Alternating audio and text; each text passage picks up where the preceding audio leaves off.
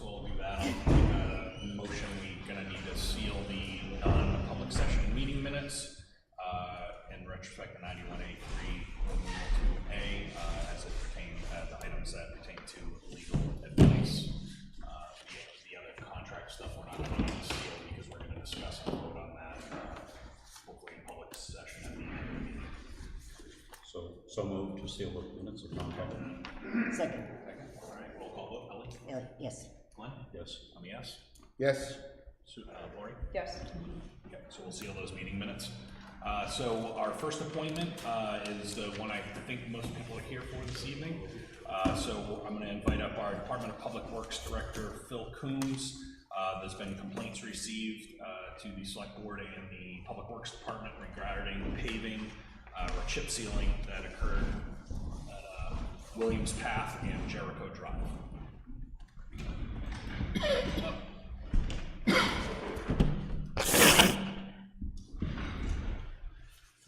So we had a public hearing on the road maintenance projects coming up. It was on May 15th. I know there was a noticed public hearing where we discussed the town's pavement maintenance projects for the year, and I know that's when you did an initial presentation on the chip sealing. Obviously, the folks that live in some of these neighborhoods where they received that, they're not too happy about it. So I'm wondering if you could maybe kind of give an overview of what we discussed in the past and what you're hearing and what you're seeing now. Okay. Microphones aren't working. Can you hear that? Can you hear us at all? Yeah, they're on. I think you need to pull that Now one you closer. can? Okay.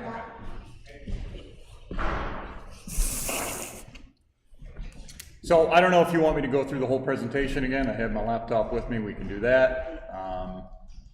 I think why don't you do a general overview, and then if the board's comfortable, I know a lot of people want to give input on this. It's not necessarily a public hearing, but I would like to offer an opportunity for some folks to speak up on it, and then maybe based off of those questions, if we need to jump into the presentation, if that's needed at that point, and I think we could, but let's kind of see where it goes. Okay, so there's a lot of factors that went into this, but primarily it comes down to money. And what it boils down to is at our current contracted rate for asphalt, it's about $170,000 a mile to pave roads. And we have allocated $385,000 a year, which allows us to do 2.25 miles a year. We have 71.34 miles of road in this town. And at that rate, we can repave the entire road every 31.7 years. So right now we're averaging 10 to 12 years on our main roads and 15 to 20 years on all our secondary roads. The math doesn't add up. So something has to be done. Asphalt keeps going up. Asphalt's gone up 40%. Since in the past 3 years, asphalt's gone up 40%. So I think if anybody thinks that I'm doing this because it's easier, it's definitely not that. It is not easier for me to have my staff verbally abused. It is not easier for me to have to try new ways. I could just go and, do the standard shim and overlay worst first, and then just complain that there's not enough money and we can't get your road done. I'm sorry.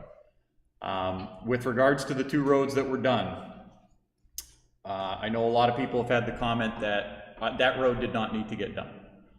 And it's a very subjective view to say that something didn't need to get done. However, there are engineering matrix that are used to evaluate a road, and that's called the pavement condition index. So what that entails is going out, measuring cracks, how many cracks per certain lengths, and it's fairly involved.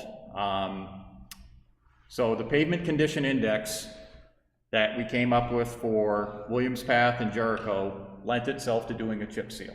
That's what's recommended by the American Association of State Transportation Officials, and that's kind of the guideline that we use for road building. It's the technical resource that evaluates all these processes. With regards to chip seal is the most commonly used pavement preservation technique in the country. And it is most definitely the most commonly used one in the state. More than crack sealing, more than fog sealing, more than any other technique. So I didn't like spread chocolate sauce and feathers on your road and say that it was gonna be the cure. This is a industry standard that is used everywhere.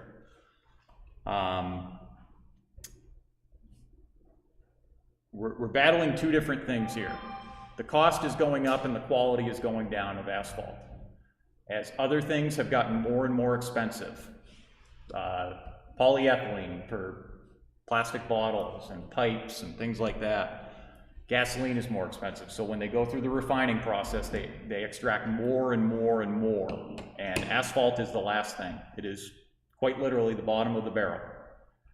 So the oils that are left in that are pretty much non-existent now, but the prices continue to go up. So Williams Path and Jericho, if you recall, were all grayed out. And what that means is the sun has baked out most of the oils that were left in there. That removes the ability of the road to flex. That's what asphalt does, is with seasonal freezing and thawing and heat, pavement will flex. When the oil's gone from it, it stops flexing and it starts cracking. So what a chip seal does is puts the oils back in there and adds a wearing course, which is the chips, to keep it from being worn off.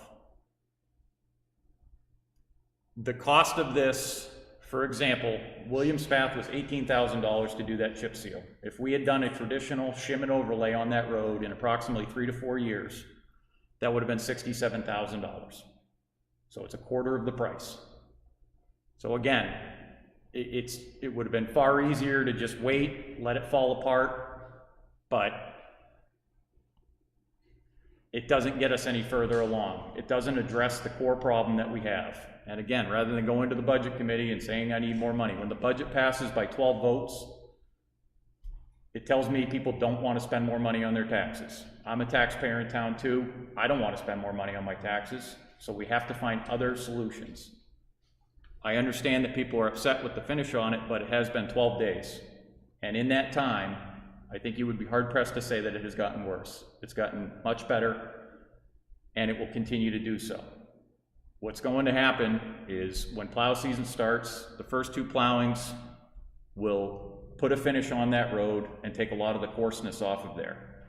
But one of the things that this offers is skid resistance. So when you go to step on your brakes this winter when it's icy, the road will grab you back. And that will be a good thing. It will also hold salt residue in there, so it will reduce the amount of ice on the road. Again, I didn't just come to this conclusion that this was the right answer for these roads. I've talked to numerous towns throughout New Hampshire, some of who have just started this program, some who have been doing it for years. This was also done in this town, depending on who you ask, approximately 15 to 20 years ago. It was pretty common for this to be done. So it's a new program that we're starting or restarting, and it will be used on other roads. But the reason that these 2 roads were selected is by grouping it by geographical area, we are able to save quite a bit of money on mobilization with contractors. That saves us thousands of dollars by having a contractor in one area. Him being able to drive from Williams Path up to Jericho with his paving machine saved us about $2,000.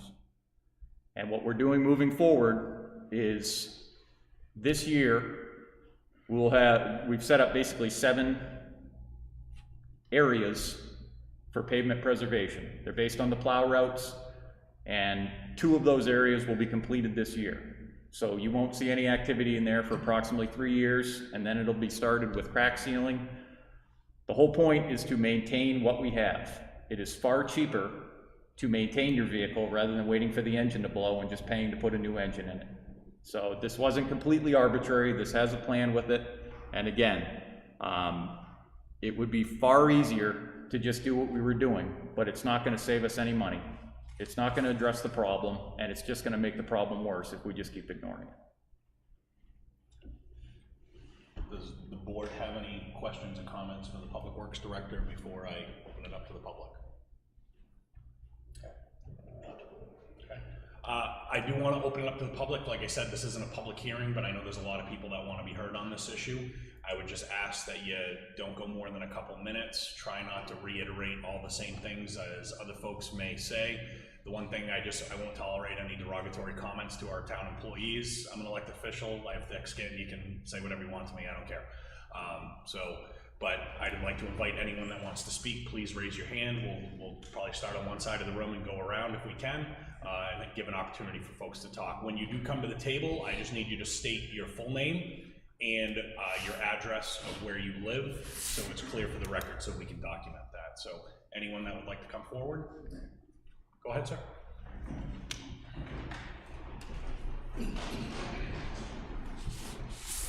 My name is Matt Taglieri. Yeah, just you got to sit in front of the mic just for it to pick you up for the folks watching online. Matt Taglieri, 24 Jericho Road, Kingston. Sarah Taglieri, same residence. Thank you for having us today. We'll be respectful. We have something we'd like to present, and then also we have some letters from the town folk that can't be here today as well. We also have some pictures that I'll share as well during the presentation. So. Would it be all right if I read the letters from our residents that could not be in attendance today? Give them their 1 or 2 minute? I think it would probably be more beneficial if you maybe handed it around to the board for them to, I don't really want other people reading other people's letters. Yeah. Yeah, please, that'd be fantastic. You want to give those to us, the pictures? Thank you. Brenda. We live on Jericho, I live on Jericho also, and these are all the unhappy neighbors. Okay. That came and dropped off letters, and here's pictures. No, and we definitely appreciate that. It is great to have stuff in writing if people couldn't attend. All right, do you want to go ahead? So I had a prepared thing, but now I have to edit. Thank you, Mr. Gomes, for me out there. But anyway, I would actually like to address the notification just regarding to the residence itself. I personally do not recall getting anything about the May 15th. If it was on the town website, I'll be honest, I do not check that page regularly. I do know that the town has a Facebook page. That might be a better place to get to a variety of residents. But I did want to talk about the notification itself, as I personally only found out on Thursday, July 20th, that this road work was even going to happen. Again, just an innocuous post on Facebook from a resident wanting to know why Jericho was closed. Of course, being a Jericho resident, I was like, that is a very good question. Went to the town site, found out about the pending road closure for the 24th. Since I am a resident and taxpayer, I didn't actually feel that it's appropriate to find out about my road closure on Facebook, so I did reach out to the highway department as indicated on the website to see if perhaps I missed some type of notification that was sent. It was on Friday. The individual from the highway department did respond that the plan was to put flyers in the mailboxes of the residents on Friday to advise of the road closure that following Monday. There was a comment that there was a delay in said notification because the date kept changing because of potential rain. However, according to your town website, the original publication of said flyer was on July 18th. Again, it was not planned to be distributed to the residents for some time. Personally, as a resident, I would have liked to have known sooner rather than later, even if it was the week of July 24th or the week of type of notification, so that I was aware of potential road closure, especially since it was communicated that we might not be able to travel on our road. Yeah, I just want to add one thing too. I spoke with Lisa today, and she said I was very polite. I did not use any curse words or anything along those lines. But when I asked about notification regarding this, she had mentioned that some people are not looking at the right places, or they're choosing not to look at the right places to find this information. I just wanted it to be known that this May 15th, the minutes, this meeting was a non-public session. That was the. No, I think that was part of the, but the problem is in your town's meeting minutes, it does reference the presentation that I'm assuming that you gave the town. However, I could not find said presentation. So as somebody who did not know to come to said meeting, I said, okay, it's my fault apparently that I didn't do my due diligence, so let me go find the presentation. As somebody that's used some engineering programs like micropaver to determine the fail rate of roads, I was curious at the sample rates and when these were taken and such. I could not find your presentation. So if it's supposed to be on either the town site, the DPW site, or the highway departments, I could not find the presentation. So when I was going through the town meetings, again, trying to take my own culpability that I apparently missed something, by looking for Jericho or Williams Path in the town meetings, there is no mention of these two roads being selected. It was just reference of the presentation, but I could not find said presentation. So that was incredibly frustrating as a resident to call up to inquire, to say, well, there was a beautiful presentation that you did, and it's all in there. Again, I wasn't at the meeting, so I did not get to see said presentation. I did not get to hear as to why it was determined that these two roads were selected amongst the 70 plus miles in the town, especially where, you know, a lot of us did not feel that our road was in such disarray that it required this entire change of substrate on our road, which none of us actually care for. So I get it, it might be is what it is, but I was very upset at the communication that we as residents of these two roads received, and that it's just, oh, well, you should have just checked the town site, the DPW. I don't know how we would have known to do that unless I don't know how we would have been known to do that. And again, if it is possible to get that PowerPoint or whatever presentation, I would like to see that. I'm sure the town would, where especially that's what was used to make these assessments. So, yeah, so I would just ask going forward, especially where you are ending up to select very specific roads as residents of said specific roads, we would like to be notified above Facebook or whatnot that these changes are being made. Yeah. I mean, another thing, I know, you know, let's just talk about what was done. So we have this chip seal on our road now. As you can see in the photographs, you know, I know Director Coombs had mentioned that it's, you know, they measure the gaps and look at the cracks on the roads. So, you know, there was a crew that came out, I think the Friday before, and they were, I think Lisa was saying they were burning the weeds so it could fill the cracks better. And all the pictures that I'm provided, the cracks are still very much there. And there's a lot of loose that's in them, but they're depressed already. So it hasn't done nothing. It has not filled the cracks. It is not, you know, when you think of a sealed driveway, and I included a picture of a sealed driveway at the end there, just for comparison. It's smooth, like with the rest of the road. You can see all the cracks. They're very visible.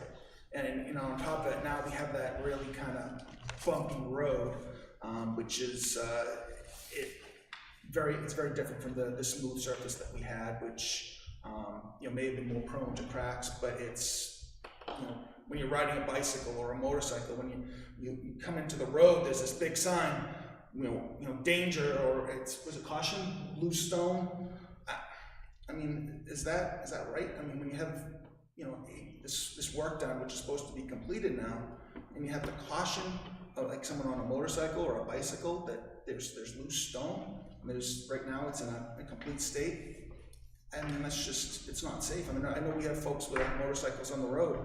And then regarding the, you know, going forward, looking at snow plowing, you know, when a snow plow hits these cracks, and I took some pictures, and it may not be clear, but they're not, it's not even. There's parts that are dipped, there's parts that are raised up. When that plow blade hits it, it's gonna, you know, chip off pieces of this road.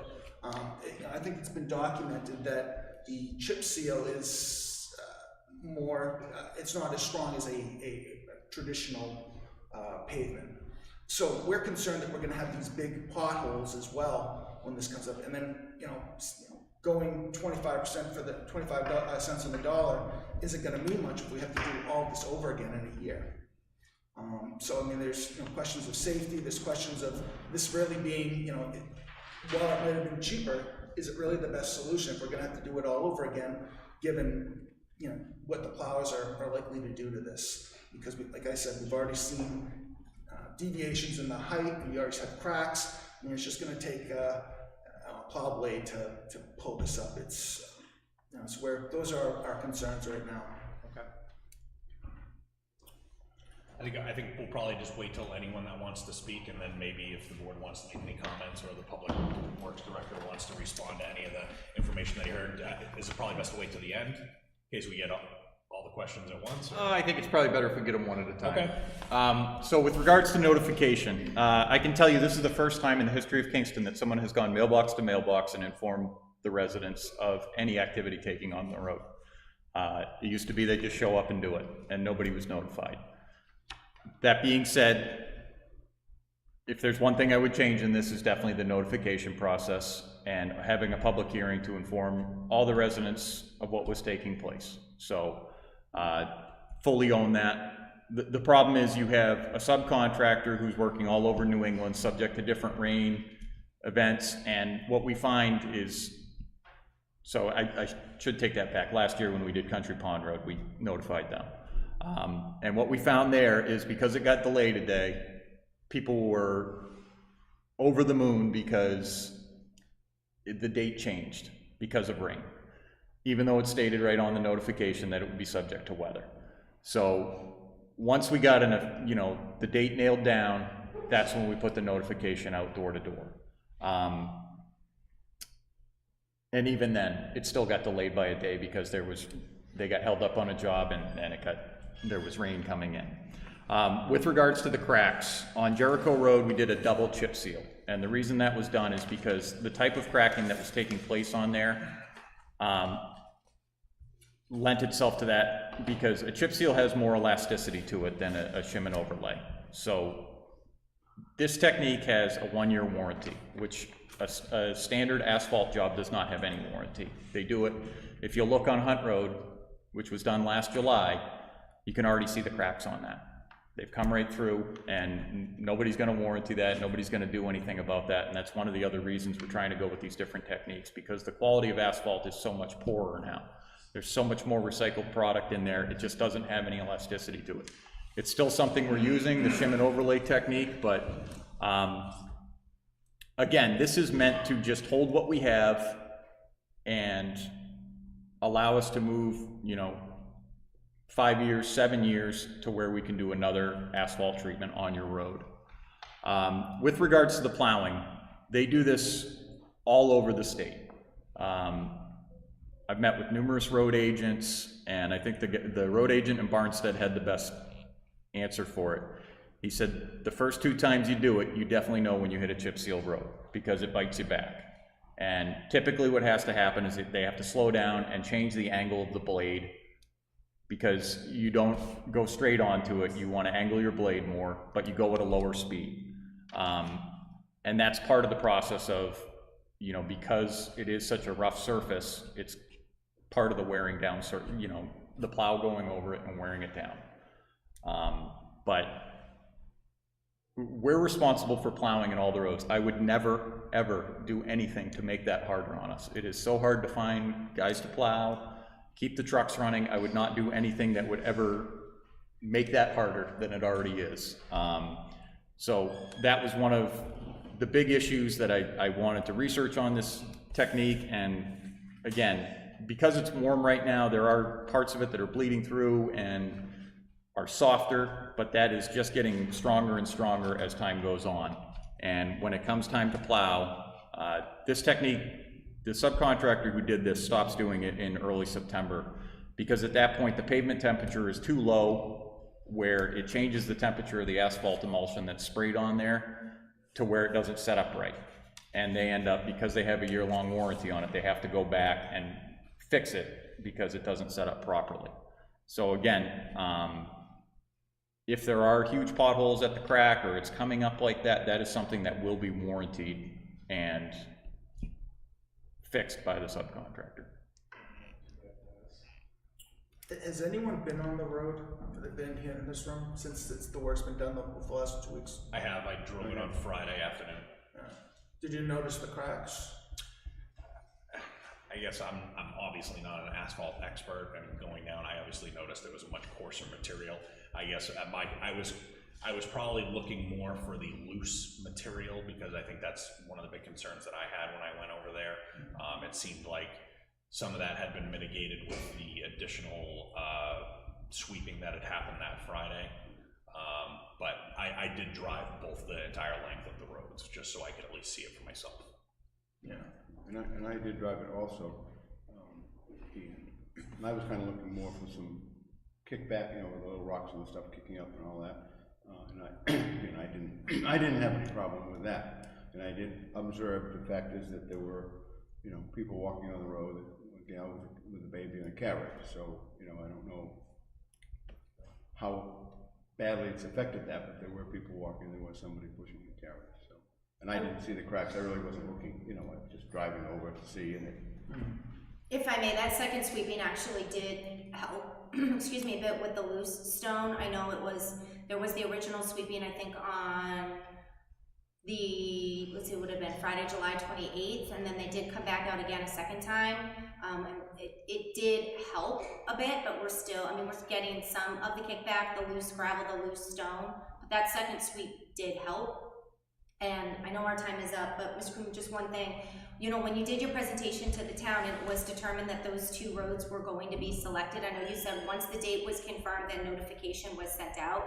Personally, you know, I would have just liked to have known, hey, sometime in, you know, July or August, be prepared, because as somebody that doesn't, you know, you're all very nice, but I don't come to these meetings regularly. I don't check the meeting minutes regularly unless it's something that affects me, my road, and whatnot. I would have had no idea, you know, to come on May 15th, or even the subsequent meeting in June when the purchase order was actually signed. I would have had no notification. So, you know, in response to, well, we don't usually do notification, I do prefer that, and even if you're not sure on the date, I think we all would have appreciated, like, hey, sometime in June or July or August, this is coming, and then maybe have a Q&A session, because if there's any anticipation that there's gonna be, you know, any questions, any concerns about what is being done, you know, especially where we're going from all of our perspective to a nice smooth road with a couple of bumps here or there, to essentially what to all of us feels like a dirt road. I realize it's not, but it does feel like that. I think it might have been better if we had been able to come to a meeting to do a Q&A session before all of this is done, to avoid a lot of the frustration that I know myself and probably my neighbors feel as well. And I just want to comment, and I get it, we deal with this a lot. Generally, most people are kind of apathetic towards town government until it's something affecting them. But if we had to notify a resident every time something was happening in town that could affect their street or road, we'd have to hire another full-time person whose job was just notifications of work going on in town. And I get it, it would absolutely be preferred, and that's why we post all the agendas for stuff coming up, and I get it, it's very even though I know people are here because they're unhappy, it is nice to see people here being involved, because I really do love having you here, whether you're displeased with what's going on or if it's something you're happy about that's going on. And it's very tough to get people aware and involved until something has happened that they dislike. So I definitely understand your frustrations. I wish we had the resources to notify people every time something was happening. But it is very difficult and time consuming. And if I can just say, lesson learned, you know, we'll try and improve moving forward. I mean, I've been in this position for just about a year, and I'm trying to get better all the time, so I will take your advice and move forward with that. So thank you.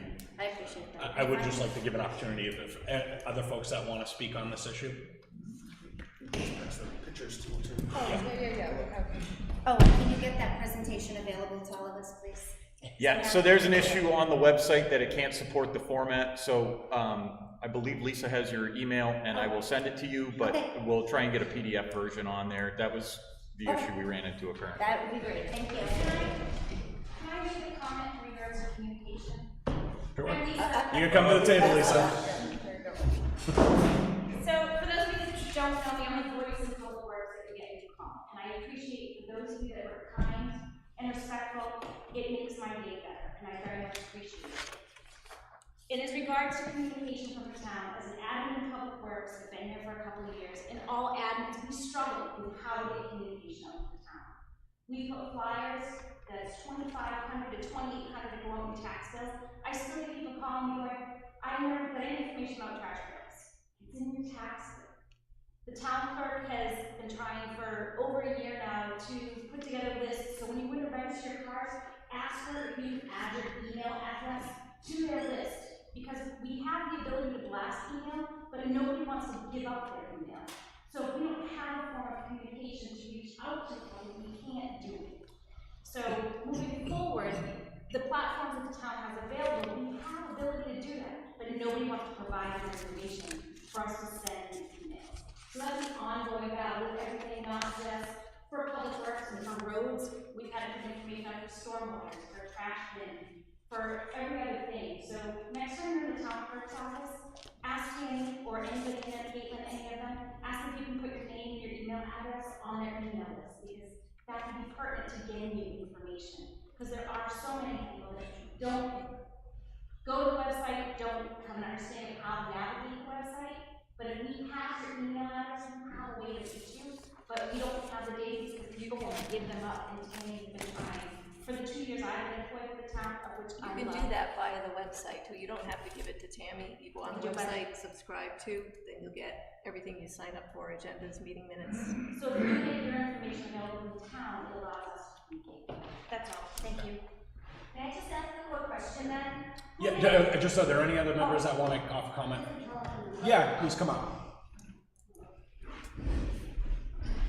Hi, I'm Brenda DePena, and I'm on 37 Jericho Drive. I did see that they were gonna have a road closure like everybody with the sign saying, and my daughter had told me, I think I was away up until our camp, and she said, Mom, the road's gonna be closed due to being fixed. I assumed that it was gonna have sailing or tar, obviously. I didn't assume. Nobody had ever sent out pamphlets about this chip sealing. Nobody has ever sent out anything about this chip sealing. And I never heard about a meeting on May 5th or whatever it may be.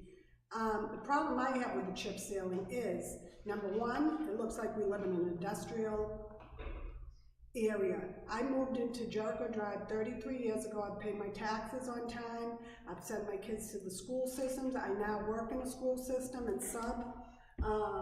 I think it's very, very unfair that the town chose Jericho and the other road to have this chip sealing as a test or to save money when we as taxpayers pay our tax dollars just like any of you.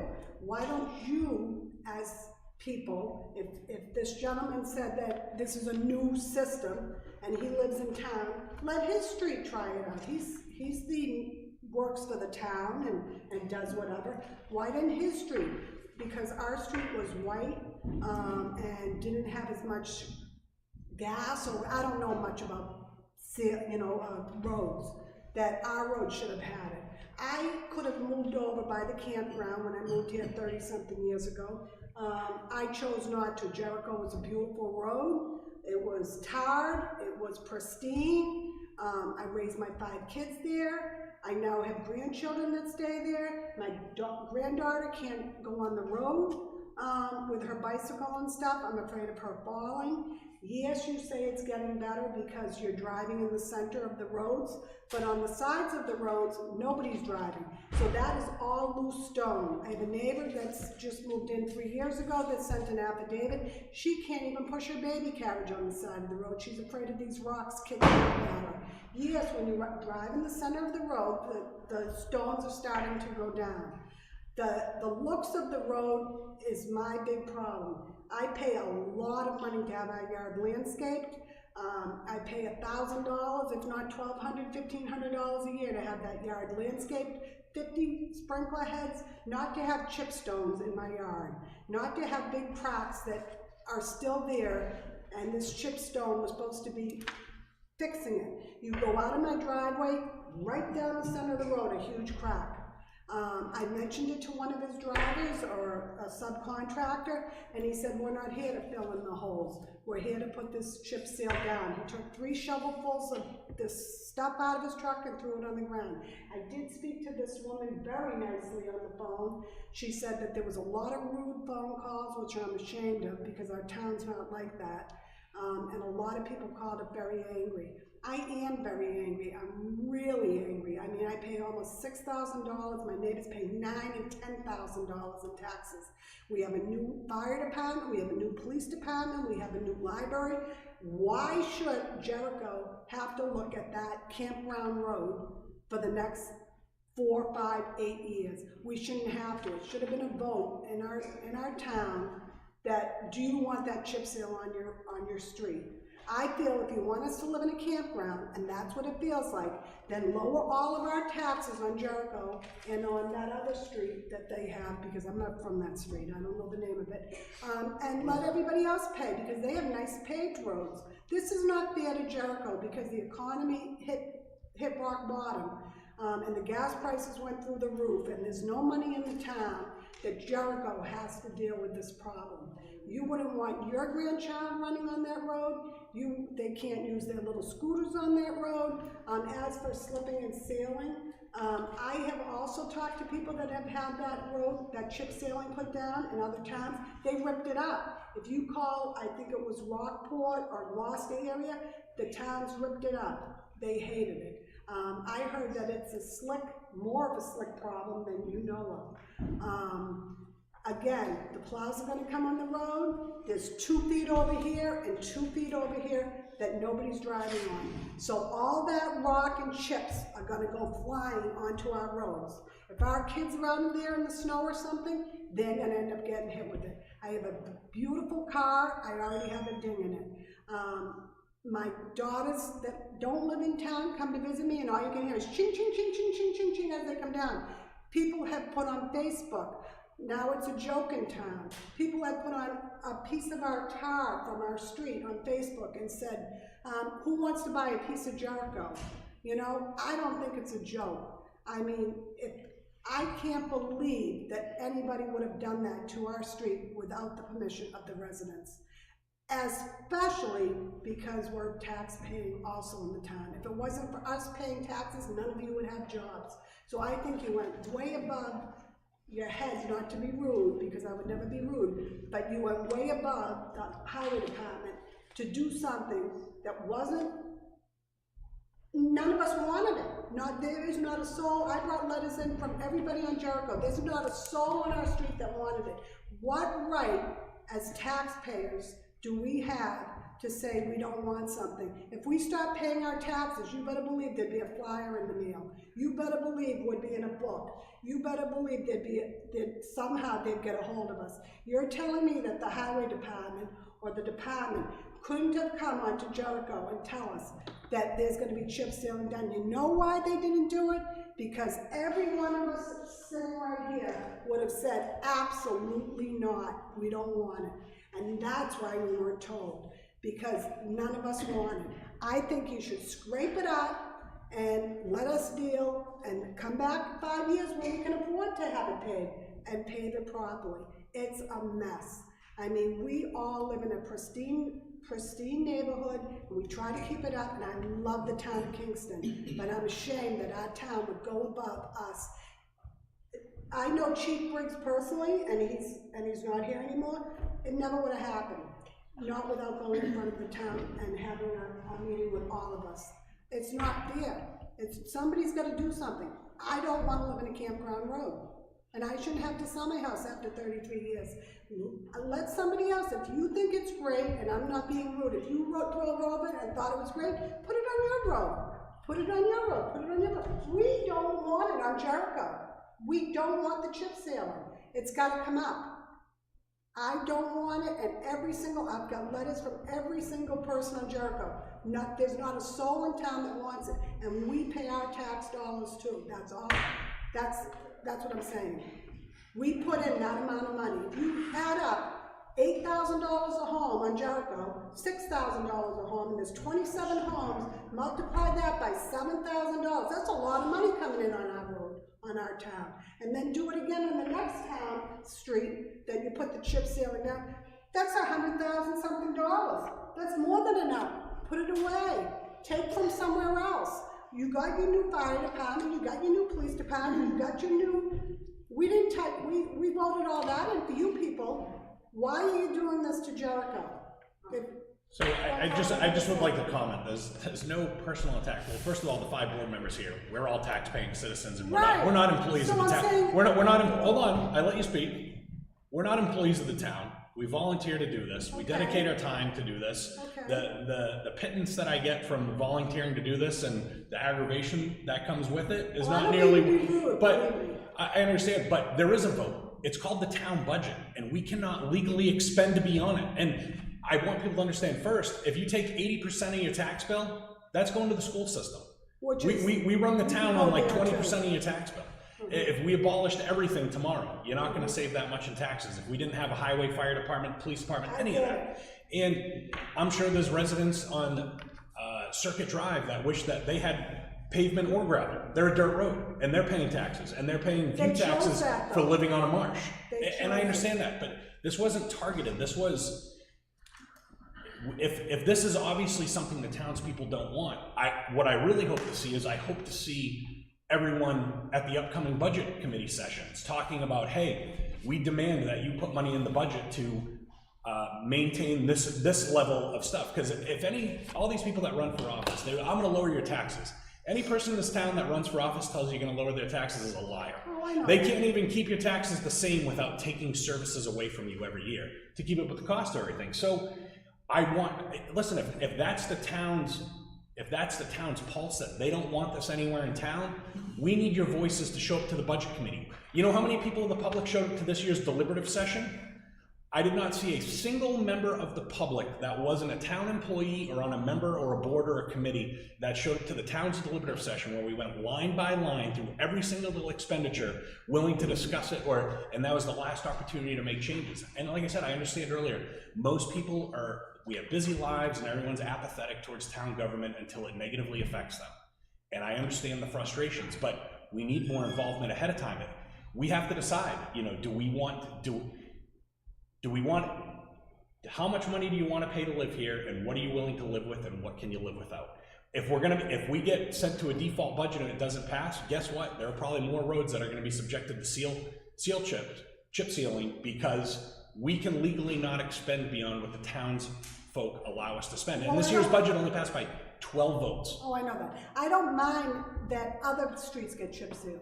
I don't mind that. I know, I'm sure everyone's like that. Well, my thing is if you wanted to chip seal my street, as a taxpayer, I'm not saying anything about I know 12 votes or whatever, but as a taxpayer, if you want to do something so extravagant, and it would be different if you went down there and put some sealer and drew your circles and did your lines or did something like that. I mean, you could get into the plowing and everything, forget that, the mailboxes and everything. But if you wanted to do that, then fine. But doing such a dramatic change to our neighborhood without having any input with the 27 residents that live on Jericho, and how many lives on Williams, whatever, is just not right. It's not that you should be able to do that. And I Nobody should be understand, able but to we make did have that a public decision. hearing on the maintenance program. I can't force people to get involved in town government. I wish I could. Yeah, but I didn't get a letter saying that on May 6th they were gonna do anything. We post, every week, you can get an email every time an agenda is posted. And when it would have said, Jericho was chip no, sealed? it didn't specifically, but it talked about the town's paving plan. I get it, most people don't know what's going on until it's too late, and I wish more people would be involved ahead of time. Well, I just think it was really, I'm gonna lie there, but I think it was a really sneaky thing to do to the town, to Jericho and to Williamsburg. I think that the department did know what they were doing and could have at least put it out there and said, what do you think?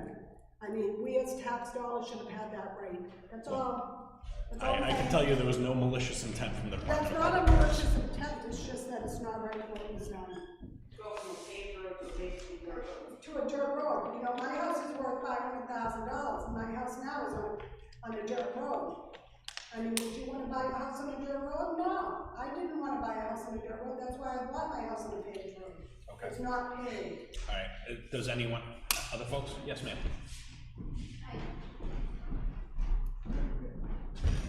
So I'm Colleen Schubert, 12 Williams Path.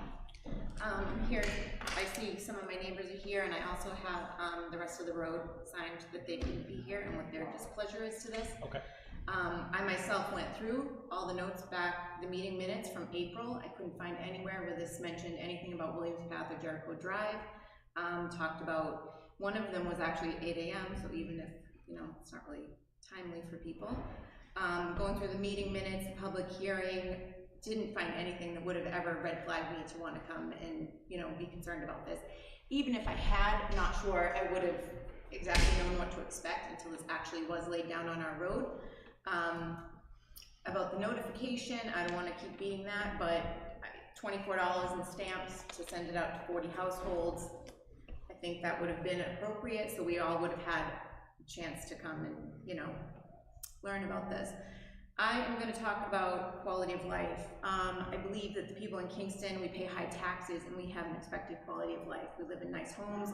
Like Brenda said, we care for them. It's, you know, everybody tries to keep up and make our things look nice. However, our children are now at increased risk while playing in these neighborhoods. These loose stones and these chips are everywhere. Vehicles are increased risk of damages. The loose stones, no matter how slow you go, you're potentially getting chunks of this road as it's breaking apart.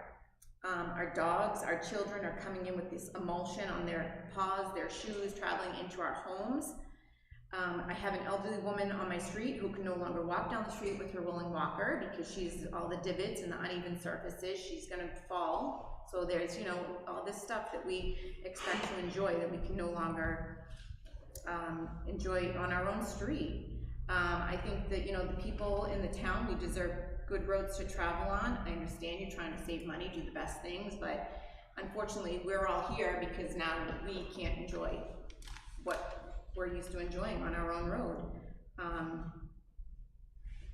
I just don't know like what the plan B was going to be when we didn't like it.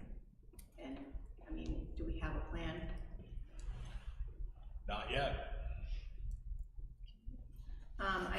I'll turn these in to someone. I did want to read one because it's actually kind of sad. If it's gonna be somebody else's stuff, we just ask that you pass it around to the board. If somebody's gonna give a statement, it should be their own statement. Yeah, it's just basically that we have a new neighbor who moved in 2 weeks ago, and they're pretty heartbroken. Yeah, so if you wouldn't mind hand it to Susan, and she can pass it around to us.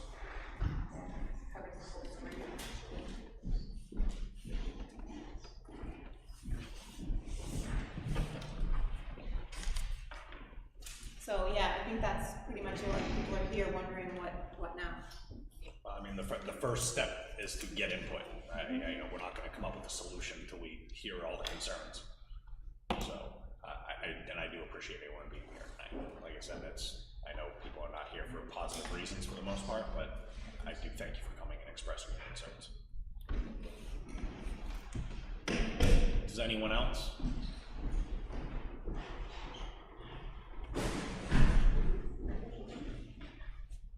I'm Cheryl Andres, and I live on Williams Path. Basically, I just pretty much want to second what everyone else has said and just remind everybody, I mean, we do live in New Hampshire in a very nice neighborhood. The average cost and what's selling in our neighborhood on Williams Path, $700,000 homes. And now we live on a gravel road.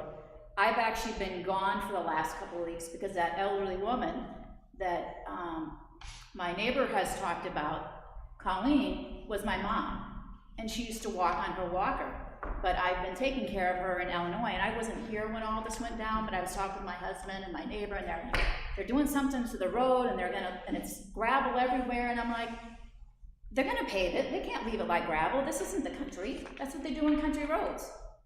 And I came back home and went to walk the dog, and I'm like, what the heck?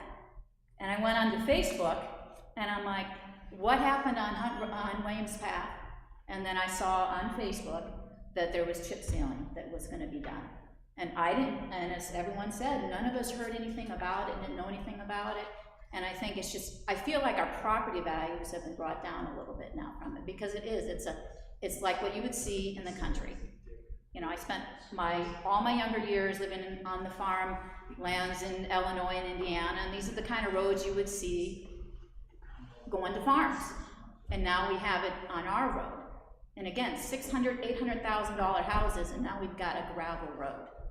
And You know, I know it's probably too late, maybe it's not too late, I would like to have the stuff ripped up. I mean, the roads, I think that's the biggest concern, is we're not asphalt people, but none of us thought there was a damn thing wrong with our road.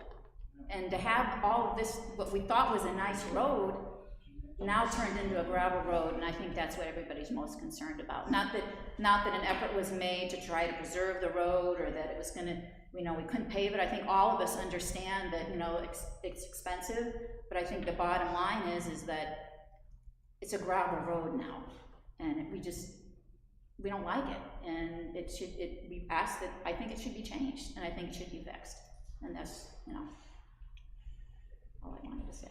Okay. But thank you. Thank you. Anyone else? Yes, sir.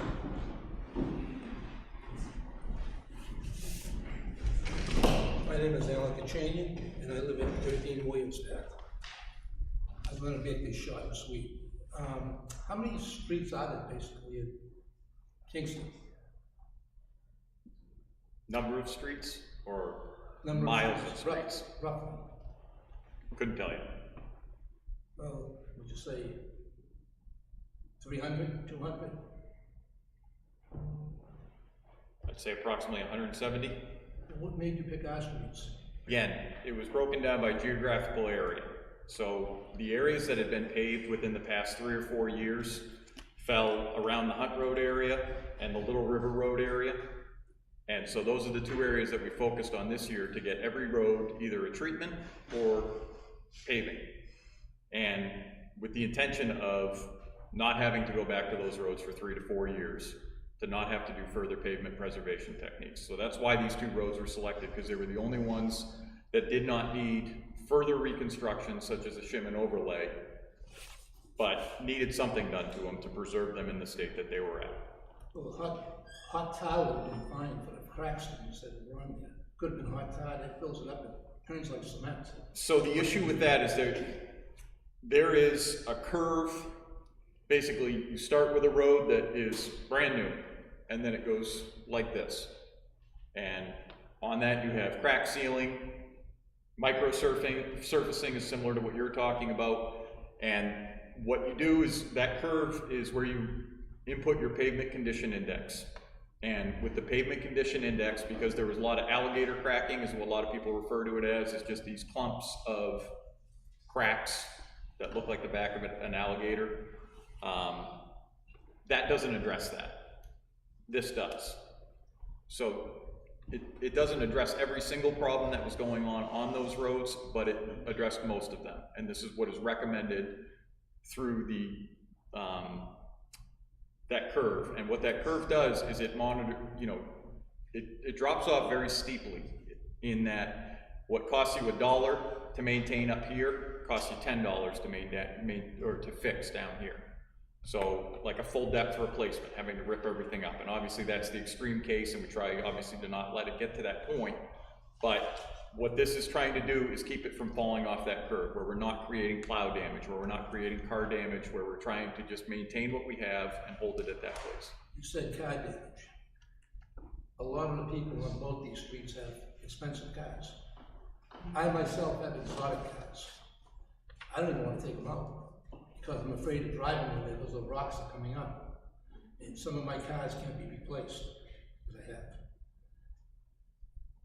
As far as the rocks going up, it's like someone said, animals too. It does get between their paws. We used to always have the people on our street, on Williams Path, walking their dogs constantly. I don't see it that much anymore. And if they do, they're walking them on the grass on the side. It has caused a problem, a big problem, and you say it takes about a year before it settles back. But what happens if it doesn't in a year? What are you going to do with it? Are you going to hot top it? Again, there is a year warranty, so if there is some failure in this product, it will be repaired by the subcontractor. So but I would say, if we're looking at this a year from now, and it has not lived up to expectations, then I think that, requires a conversation at that point in time, and look at solutions then. Because they'll most likely have it subcontracted out. They're going to come back and they're going to do the same thing over. They're gonna put more oil on it. The bind, it's gonna be like a paper road. Most paper roads, and I considered it, after I saw it, I says, we have a paper road now. Then I went down to Jericho, I drove all around. Jericho looked fine to me too. I looked at both of them, I had pictures of both places too. Jericho looked excellent as far as I can see, and ours it was too. We had a couple of cracks, but nothing really bad. And I just don't understand why we had, I know you said they checked it all out to see which ones in town they were gonna do, and they picked our roads. But again, as other people said, we would have liked to been notified. But you're gonna handle that too, I guess, as far as that goes. Yeah, I'm hearing people on this, and we'll work on the notification process in the future. Well, I mean, unfortunately, I can't undo that. only time's gonna tell, I guess. And that's all I would ask of anyone, is to give this product time. I mean, it's judging the paint color before it's dry. And I know that's not what people want to hear, but given the savings that we're getting from this, there is a trade-off. And that is that it's in our Amazon Prime next day delivery.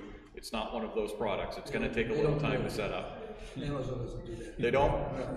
I try to avoid ordering from them, but No, it's just that it's tough, because I don't, like I said before, not using myself, I don't even want to take some of my cars out, because I have to crawl at 5 miles an hour, 10 miles an hour. Not that I'm going to speed with them, but it's just that everything is spitting up, and I'm not going to chip those cars. I had cars that were worth $200,000, and I just don't want to have problems with them. So that's what I feel. Thank you. Thank you. thank you. Last call for public comment? Yeah. So you said, You gotta come up, you gotta say your name, you gotta say your address. hi, Crystal Martell, 37 Jericho Drive. You had mentioned that 80% of the taxes go towards the school. There's 41 houses between Jericho Drive and Williams Path, averaging about $7,000 to $8,000 in taxes a year. So you're looking at about $300,000 from those two roads alone. Even just 20% of those taxes is $60,000. So you're telling me that even though 80% goes to the school, and I understand there's other things, that they would choose houses that pay that much taxes to basically dig up the, cover the roads, what have you, in gravel, versus like going down Circuit Drive or whatever and just putting gravel on there. Also, you said it's to save the taxpayers money, but at what expense? The wear and tear on our vehicles, the paint on our vehicles, the fact that we can't walk in our neighborhoods anymore, the fact that our kids can't ride bikes anymore, the fact that our lawnmowers are getting junk in them because the rocks are all over the ends of our lawn. Like, what expense, or who is actually saving the money? Because it's not any of us, because we're all the one that's like biting the bullet on this. That's basically it. I think that, like they all said, that we should have known what product was going to be put down, and that we should have had a say when our dollars are the ones that are being spent, and that's a lot of money from two roads going towards this town. And like I said, or like everybody had said, these are nice houses that people moved in. They moved into a paved road, a nice paved road, and they never would have moved into these said houses, some of them in the past year, if they had known that we would be on gravel. So I just want to know, like, is there a way to, if in said year, I know you said it's warranted, but you're saying that in a year, they're just gonna redo the same thing? That's nothing. What I would say is, if there are still these issues where there is loose stone and people are unable to utilize the road for viatic uses, I should clarify that. There are playgrounds for children to play on. The road is not designed for kids to play on. It is a viatic use, and the viatic use is transit.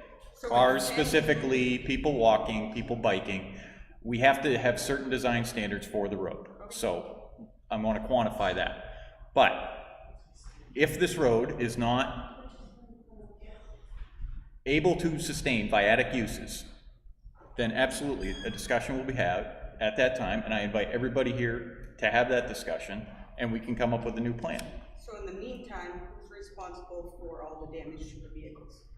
What damage to the vehicles? There's rocks kicking up like you would not believe on our vehicles. You can hear the pings.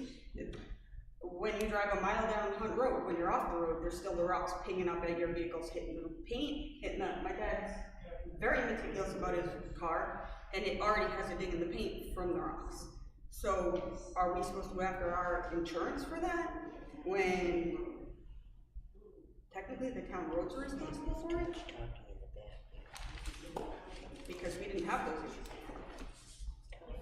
So who's responsible, or who is gonna pay for the damage that is done to property? Folks, the side conversations get picked up by the microphones, and it's gonna be tough for anyone watching remotely to hear. Also, you had commented on Hunt Road, which had looked beautiful, but now the oils from this road are all over Hunt Road as well, so now that looks crappy as well. But I just wanna know who is gonna pay for the damage to our cars, or is it just us as taxpayers who is now biting the bullet, who can no longer have families playing or whatever, because you say that streets aren't for families to play in, but when you move into a neighborhood with young kids, you expect them to be able to ride bikes and play on the street, but I guess that's not expected. Who's gonna pay for the damages to the vehicles and to the lawns and to the driveways and stuff like that? So there's multiple answers to that. I will preface it by saying that I have a truck that's an aluminum body, and I've been down that road 3 or 4 times a day since this has taken place. I can put a dent into that body just with my thumb because it's very weak. Go forward. But I have no chips on the paint, no dings, or anything like that. That being said, the state of New Hampshire clarifies that a town is not held liable for that because it's hard to assign blame. You could have picked up a rock anywhere, on any road. Also, the town owns 18 feet of your front yard. There is a right-of-way there, and as this is in furtherance of the infrastructure for the town, that would be considered just a normal course of business for that to take place.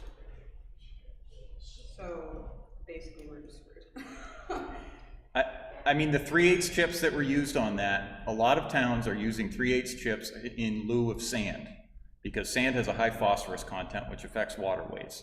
So a lot of towns are moving to these 3/8 chips that were put on the road. That's what they put down for traction all winter long on roads. We don't use that in this town, but it is a common thing that people use, specifically because it limits the amount of damage to vehicles, but still provides traction, doesn't have the... Doesn't. I mean, there's no perfect solution for anything, there's just trade-offs, but that's what I would say with regards to, I mean, it's something that will work itself into your lawn, and Basically, there's nothing. Okay, thank you. All right, folks, we're gonna close public comment at this time, unless the board has any other further remarks. I mean, I don't have any specific remarks. No, you I mean, don't. clearly this is an issue. I mean, there's no question. I mean, it appears that the residents from both streets have either shown up or provided some sort of testimony.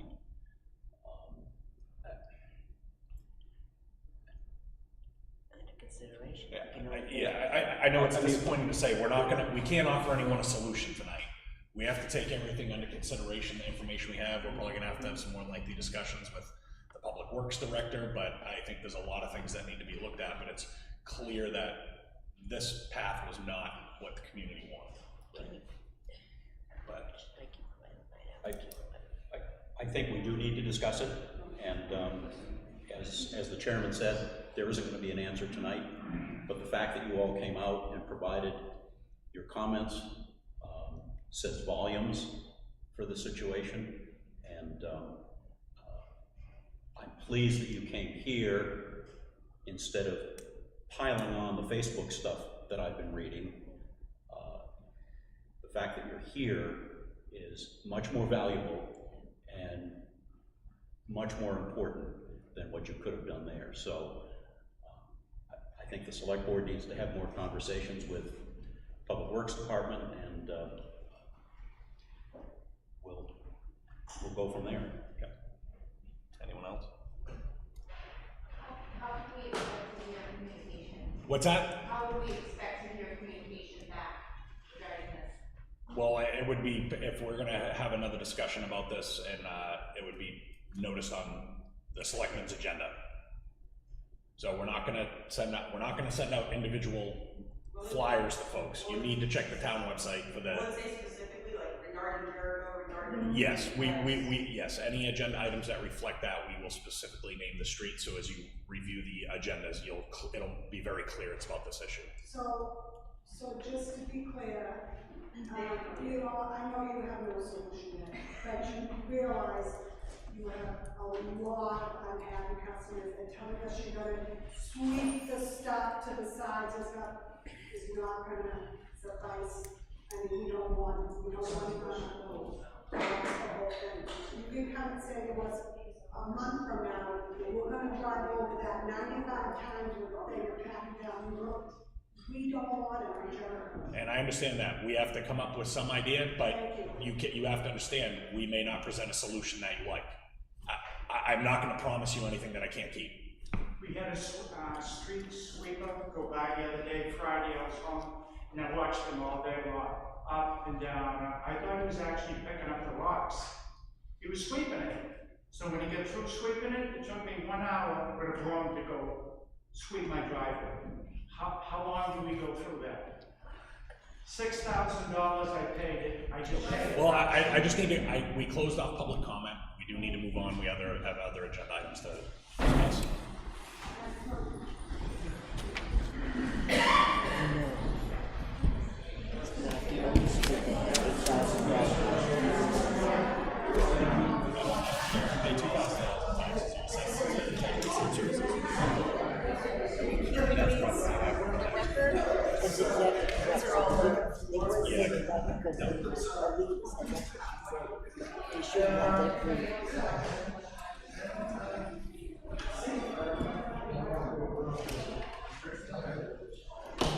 All right, our next appointment is Bob Polipiero, reference Saddle Up Saloon, special events permits.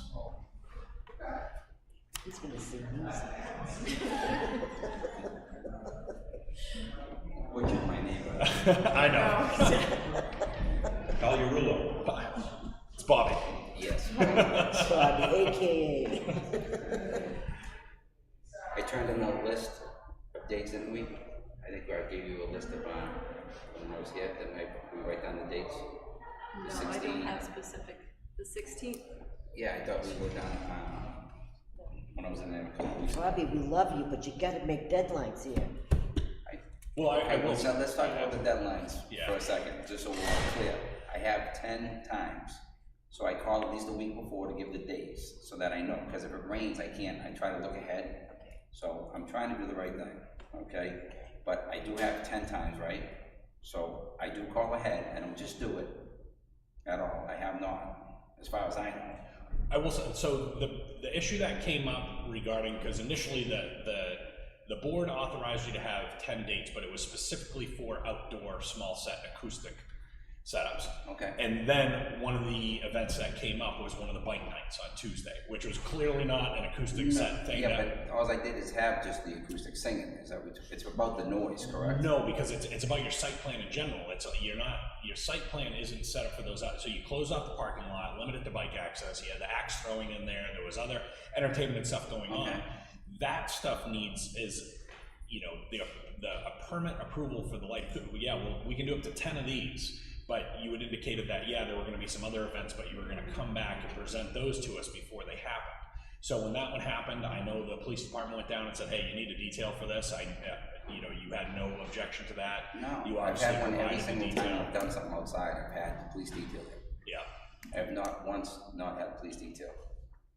But so, yeah, the board granted you, said, yeah, we have 10 dates, but what the board would kind of approved ahead of time, because you were expecting rain delays for the summer, it was just the acoustic stuff. If you were gonna come in and use one of those 10 dates for something more expansive of that, we needed time to get feedback from the department heads, whether the fire department, the highway department, or the police department needed to give input to that, and we had to decide whether or not we wanted to authorize that under the purview of it, because, and I get it, you have limitations on your site plan, I know there's other things that you want to do with your site plan, but we can only allow you to operate within the purview of what's approved on the site plan, unless you get one of these special event permits, and there was very specific in the ones that were approved, which was the acoustic music set. Right. So for the Bike Nights event, we needed, so for the last one, you had submitted some data, and it just said Bike Night fundraiser, but it didn't give us enough information on that. We can go on the Facebook page and say, it's this, this, and this. Okay. But it was far beyond the scope of an acoustic set. That was the one I did for the Kingston auxiliary, correct? Yeah, okay. But we didn't get it till Monday. We were Monday night at the meeting, and the event was the next night. Isn't that the one? Yes. I know, that one, I definitely put a date in a week ahead of time. But by the time you submit it to us, we're getting the packet You're not on getting that. that. We're getting the packet Monday night because we don't have time to at least see it before then. And then, like I said, for us to make a determination to articulate whether or not we can accept or deny something, there wasn't enough information on there. It just says special event for that. It doesn't say music, blocked off parking lot, any other events that are going on with it. It has to lay that out. Okay. And I understand, you may understand what's going on because you've been planning this or you have stuff in the works, but we have to have if we don't have enough information to either issue or deny, we just can't act on it. Gotcha, okay, that won't happen again. So, I guess So tomorrow's, I canceled everything, whatever, I put in for, it's gonna rain anyway, so that's canceled. Okay. A big event, I thought we went over a couple dates, but the September 16th, I have an event. Okay. I have the Sopranos, the cast of Sopranos come in and all that, and that's gonna be outside. Okay. I'm gonna have someone singing. So just acoustic. So we need all the details of that one laid out ahead of time. That's what I'm here to ask. But my understanding is that the board's purview is that if we were to approve this, it would apply towards that number of the 10 in total. Right. It's not just 10 acoustic sets and then another 10 special event permit, another 10. Right, I counted it as that, you know what I mean? But we would still need all the available information to make a determination. So the sooner you can submit that to us with all the information, because you want to know what the board's concerns are and you want to be able to speak to it, or if we have any follow-up questions to make a determination about whether or not we'll approve it. The more time we have, the better. No problem. Okay, so I'll turn in what I know right now. I mean, it's tough. I know I got 10 things. How much time do we really need? Well, I will say this, I kind of thought about this after our last meeting. While the permit says you have to allow for 30 days, there are numerous events we probably approve that are less than that time frame, But that big an event, we should have it for our August 21st meeting, so that we can act on it. So we want to have the one for September, we want to be able to review it and ask any questions and vote on it. Big. But that just maybe, so the other thing is, the detail. Police detail. Just so you know, I do that, I feel like it's a courtesy, it makes my life easier to keep everyone happy, because all I do is have them stand there. Yeah. Okay? But on my permits that you guys give me, there is nothing that says that I need anything over a certain amount of people or anything. Because I was told anything over 50 people, you need police detail. I'm just saying that it's not on there.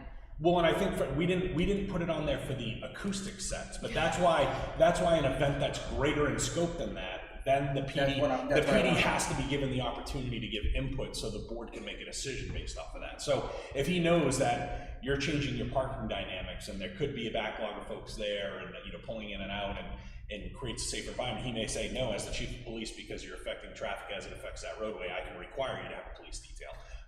And that's part of the reason for the advance notices, so that this can go to the various town departments. They can look at it, make a determination, give us the feedback that we need. Okay. Correct. You meet every 2 weeks, correct? Right now, we're meeting every 2 weeks, and we'll return to our every week schedule. Right after Labor Day. Right after Labor Day. Okay, so if I get, again. Get it in this week. Get it in this week. If I put stuff in tomorrow, I'm good. If I did something 2 weeks from now, I should be covered. Because that'll give us time to submit it to the department heads, get their feedback. Because when something comes to us with no feedback from the department head, we're like, because if they have no comment, they'll just say no comment, I have no input on this. Right. But if we have nothing from them, we're like, well, what do they have to say about this? So we need their input before we can. Okay, so should would do it it help this week. if I did something, because I know you guys, you only meet once every 2 weeks right now. Would it help if I went to the department heads myself and had them sign No, something? get it in tomorrow. Susan will send it. As soon as you submit it to us, she can send it out to the department head, so they have plenty of time to review it and get it back to us before we meet. And there's 2 weeks before our next meeting, so if you get something to Susan tomorrow, there's plenty of time to get it around to them, and we'll do that, through Susan, and we'll have it in time for our next meeting. And it is, I understand for you, it's kind of, you're busy with the business, you're doing all these things, but it is beneficial where, especially because there have been a lot of questions in the past, if you can come to that meeting, because if all of a sudden we get it and be like, there's really still not enough on here, Yeah, we you can gotta ask you the ask. questions right there, and we can make amendments to it, so That's that it's fine. clearly spelled out and we feel comfortable going forward. Alright, so as we stand right now, you don't meet for 2 more weeks, so I can't do anything now for 2 more weeks? No, if you were to supply a date that coincided with the straight acoustical set, the limitations of that permit, that would count towards the 10 that we essentially pre-authorized, but it has to be within the limits of that. It can't be acoustic and, or this, that, and the other. It has to be just those nights where you're doing the acoustic sets that are specifically permitted in the permit. Okay, so, alright. So, I'm just saying, because I'm just thinking in my head, I'm gonna lose 2 more weeks right now, and this week was a flop. Yeah. And let me tell you, this month and the next month are the slowest months anywhere in restaurant. When I tell you it's been so bad, it's ridiculous, because everyone's on vacation. Yeah. I hope that's the reason, you know what I mean? And that's what, and I understand, and I understand you're looking to maybe make changes to your site plan. That's why it's so important. If you want to continue these type of activities, you got to get back into the planning board to see if you can get them to authorize those activities going forward, because we're kind of doing this as a temporary transition for folks to say, hey, we understand you may not have had this on your site plan, but you wanting, and it's no doubt you wanted to do that previously, but a lot of stuff going on between the COVID and the changes, the emergency order laws and all that stuff. So we kind of gave everyone a period of this summer where, okay, we'll let you test the waters, but if these are activities you want to continue, and we told this to the other businesses too, you have to go back to the planning board to get an amended site plan. And that way, anyone that wants to be involved, it's public hearings, they can all. I know I'm gonna push the issue right now, but I'm gonna ask, because if I don't ask, you don't get it, right? Any chance I can do the fundraiser bike night next Tuesday? It's with the Lions, it was supposed to be, I canceled it, but it is, I mean, you can see what I'm doing. We raised $5,900 for children with cancer in New Hampshire, and only 3 little things that we've done so far. It's been unbelievable. If it's a no, it's a no. I'll just tell them, but it's just, I know, because you're not meeting again for 2 more weeks now. Correct, we're not meeting for another two Mondays. And obviously I have police detail. And I think that's one of these situations, until we don't have the department heads input in front of us. Well, I'm not asking you to say what years right now, I mean, if you. But you're asking us to say right now for next week. No, I was we're just not saying, meeting. if she calls around and they have no issue. Yeah, but we, And but then we she gets have back to to meet- me. We have to legally hold a public meeting. We have to post it in office. That's- It has to be posted, and we have to offer the opportunity for anyone to give input on it. That's the issue we run into, so we can't legally approve it without that. But you didn't have approval for the one for tomorrow night, right? So that's the one that you want to do for next week? No, He's I canceled. put in for all them, but again, But I you don't put have in a because date. it's acoustic, yeah. But that's not an acoustic night, right? It is, that's what I do, is acoustic.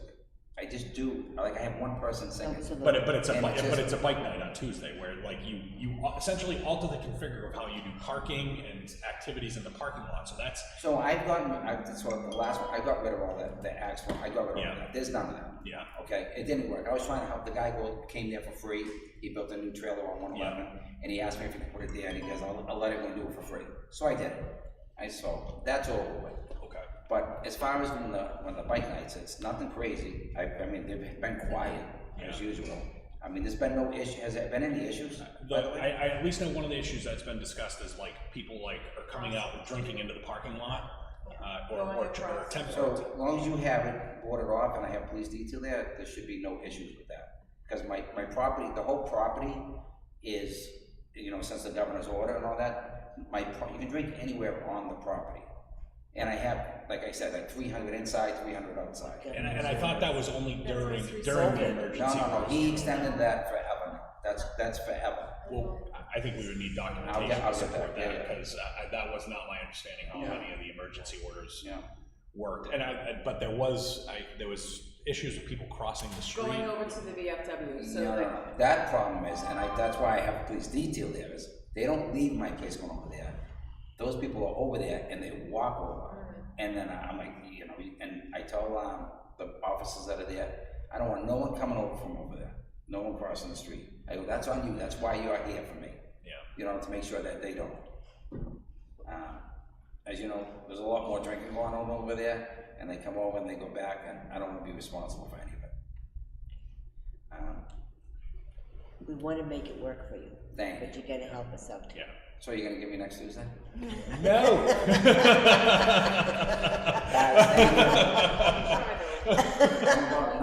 You're good. Good night. Good night, Thank Brett. you. Check on that governor's thing. I didn't think that was a law.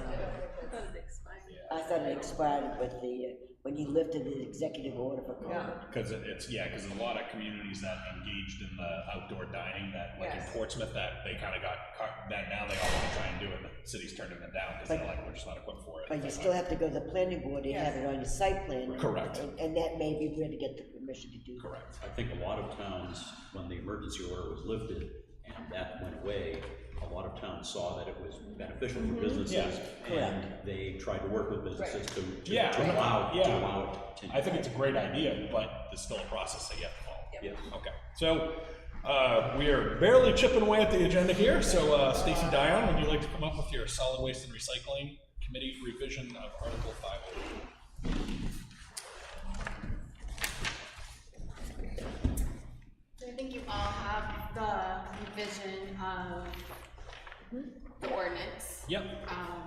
Didn't know if there was any questions, so we revised this because it was currently, it had a lot more to it because of the landfill. So we revised it to be more reflective of what we're currently doing and looking at some of the rules that the state of New Hampshire has put in, particularly with solid waste management and the reduction of solid waste that we need to work on to make sure we meet those regulations. No, I like seeing we had a lot of stuff getting crossed out. Yeah. I always like that. Anytime we made it very simple. And did you work with? Yeah. Yes. Okay. Because Yeah. and the reason I asked that is because Lori's been trying to work on any of our policy changes to make sure formatting, consistency, and kind of follows procedures we're trying to implement for changing policies or getting approvals. Yep. So I noticed that the committee name, it's proposing to be changed. Has it already been changed and we're just catching up with this, or is this actually changing? So when we started, we were called the Solid Waste and Recycling Committee, and then we're updating the ordinance to reflect kind of what we've been working on and how we've been going about it, because we took a look at this. Okay, so you're saying the committee is actually operating under that name now, this is just catching up with it? Yes. Right. Yep. Okay. I have no issues with any of the changes and omissions. I had a chance, I really dug into it. I got here early tonight just so I could go through the packets, and I didn't see anything of concern, and especially if Lori's kind of doing a blessing. Just a question on the process. I realize that we have to, this board has to adopt it at a meeting. Does it need to be just a meeting that's noticed, or does it need to be a public hearing? I think it might need to be a public hearing. I We could do it to be a. I would guess For this ordinance, I would guess for an ordinance, it probably needs to I be. think it does, yeah. I would say it does. Yeah, but part of this is we're proposing to get rid of 3 ordinances because there were 4 that kind of dealt with the same thing. So we're getting rid of 502, 503. So there's 504 too, right? Yeah. Okay. So we're keeping 501 and then we're deleting. You're modifying 501 and eliminating 502, 3, and 4. Yep. Correct. Yep. So, yeah, I guess. Because they were really focused on the landfill and being part of that regional with everything to do with and supporting the landfill. So now that you mentioned that, if it's an ordinance, do we have to take it to town vote? I don't think so. Okay. If it's a new ordinance, we would. For revising, we don't. Right. Okay. But we do have to have a hearing. Yeah, So 'cause we would notice it for the next meeting or at a subsequent date, and then take action at that time. Yeah, because I just know all the town standards ordinances, like it has to go to town vote to even make amendments to it. Anything to do with zoning? Certainly anything for Yeah, zoning. zoning, Yes. any land use, Zoning yes. enforcement, land use, I think. Should we run this by council just to be sure? Yeah, before we vote on this, We don't want to be doing the wrong thing. Yeah, but I think at the very least, we would probably have to have a public hearing on the changes. Yes. If not anything further, so. From what I found out, this is one that just needed a public hearing, but I'll double check. Okay, so if there's no, if we do not need anything other than a public hearing, we will schedule a public hearing, just after confirming with council to make sure we're in line with that. Either August 21st or the first meeting in September. Yeah, if we meet the timeline requirements of whatever it is, which should, maybe. A question on Article 502, Stacy. Yep. The solid waste district, I'm assuming that that district still exists. And if it does, I'm wondering if we get rid of this, if we're no longer then a part of that district? We are currently not participating in that solid waste district. That is the solid waste district if we had our own landfill. So the regulations are under the provisions of having our own landfill and being able to go through that. Okay, and that'd be nothing, to the best of your knowledge, there'd be nothing in effect, obviously, we don't have an active landfill, but we absolutely still have one. Right, we're managing it, and that's under, the other one, the 1200, correct? Yeah. I thought though, and again, my ignorance here, but I somehow thought that being part of the district also had some connection to when they set up hazardous waste collection days and things like that. Is that related to the district at all, or is that separate? No. That's just a grouping of towns who work together. It's not anything formal. As long as we're not getting rid of something that opens us that up, that we should be keeping for whatever reason. All right, anything else from the board on that? All right, so we'll just have a quick question with legal, make sure the notification processes for actually taking a vote on it are met, and we'll get it properly posted to move forward with those changes. So thank you for doing that. You might as well, You may want to just try and make a yes, instead of going out to Huddy. Yeah. Much cheaper. Much cheaper. Stacy Dyer on Kingston Days Committee, Music Licensing. So, as part of Kingston Days, we have been paying for BMI and ASCAP, which are music licensing. And one of our licensing is for the actual festival, and one of it is for the town and for a number of towns. So what happens is when you buy your licensing, you get it either for your event or you get it as the local government entity. And so with some of the events we've been doing on the plains, the Heritage Days, the Recreation Department, I kind of reached out and said, are you buying a permit for this event because you're having music, and if you have music at a public event and you invite public, you have to pay licensing fees to have that music. And there's a bunch of different levels, and so I talked to Susan and I talked to Paul, and they were like, oh, we didn't even think about that. And I said, okay, I've got you covered because I can just switch my permit from Kingston Days from my event to a local government entity. The increase in cost is from $282 to $390. It's $100, and it allows us to have multiple events, and then we have to report it at the end of the year to make sure that we didn't have any crazy concerts that they would have charged us an increased level of. So like if we had a huge concert and we got 20,000 paying fans, they would want More but money. they would want more money. But, so there's a reporting issue, and so, I'm just kind of more informational on this point, because, Kingston Days is gonna take care of it, but if we continue to want to do all these events in the future, that the town should consider. I think it would be beneficial for the town to, you know, moving forward, cover that cost, because, and that's something that can be essentially kind of attributed to the permit fees. If, you know, we have a special event down there. I mean, the first thing I'm like, ukulele music. I mean, you're playing known songs. But these companies, they don't care if you're a cover band or you're just the person up there with an acoustic guitar. If they have documentation that you were playing and you're not covered under that licensing agreement, they're going to come after you for penalties and fines. And how they look at it, it's not the artist or it's the actual venue that is responsible for paying these licensing fees because they've okayed that event to happen.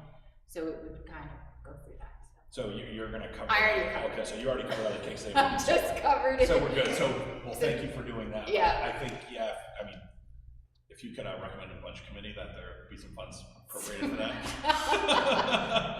Fun and something. I figured that was going to fall right back, but sure was. Yeah. So I just wanted to make sure that you're aware of this. That was a licensing, and I just went and updated it, and you know it's $100.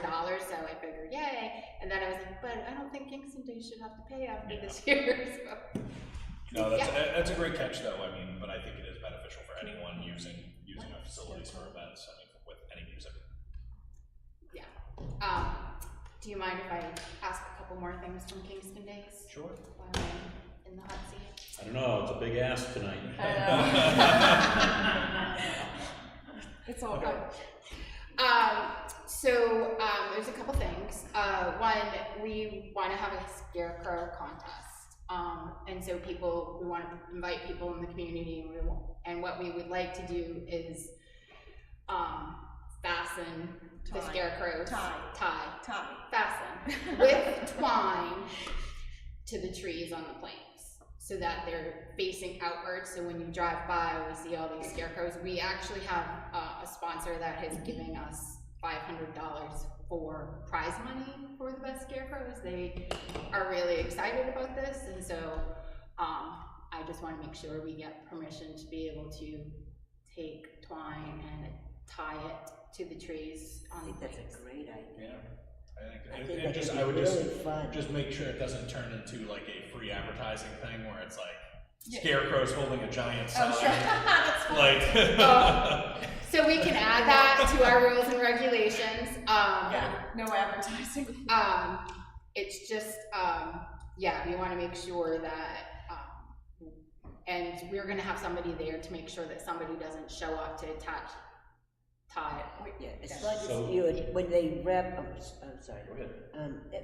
When they place the scarecrows around the trees, you gotta make sure that you're not damaging the bark. That would be the other concern. That's why we're specifying they're tying it with twine. Okay. So there's no nails, there's nothing that's gonna damage the tree.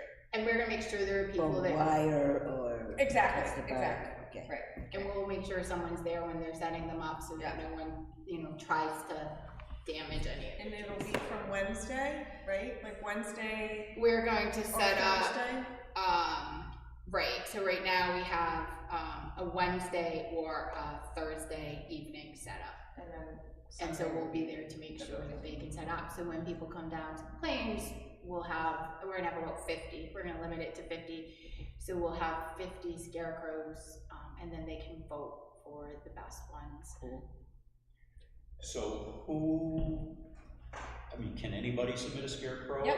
Or anybody can come and submit a scarecrow. You come with your pre-built scarecrow and so tie it to a tree.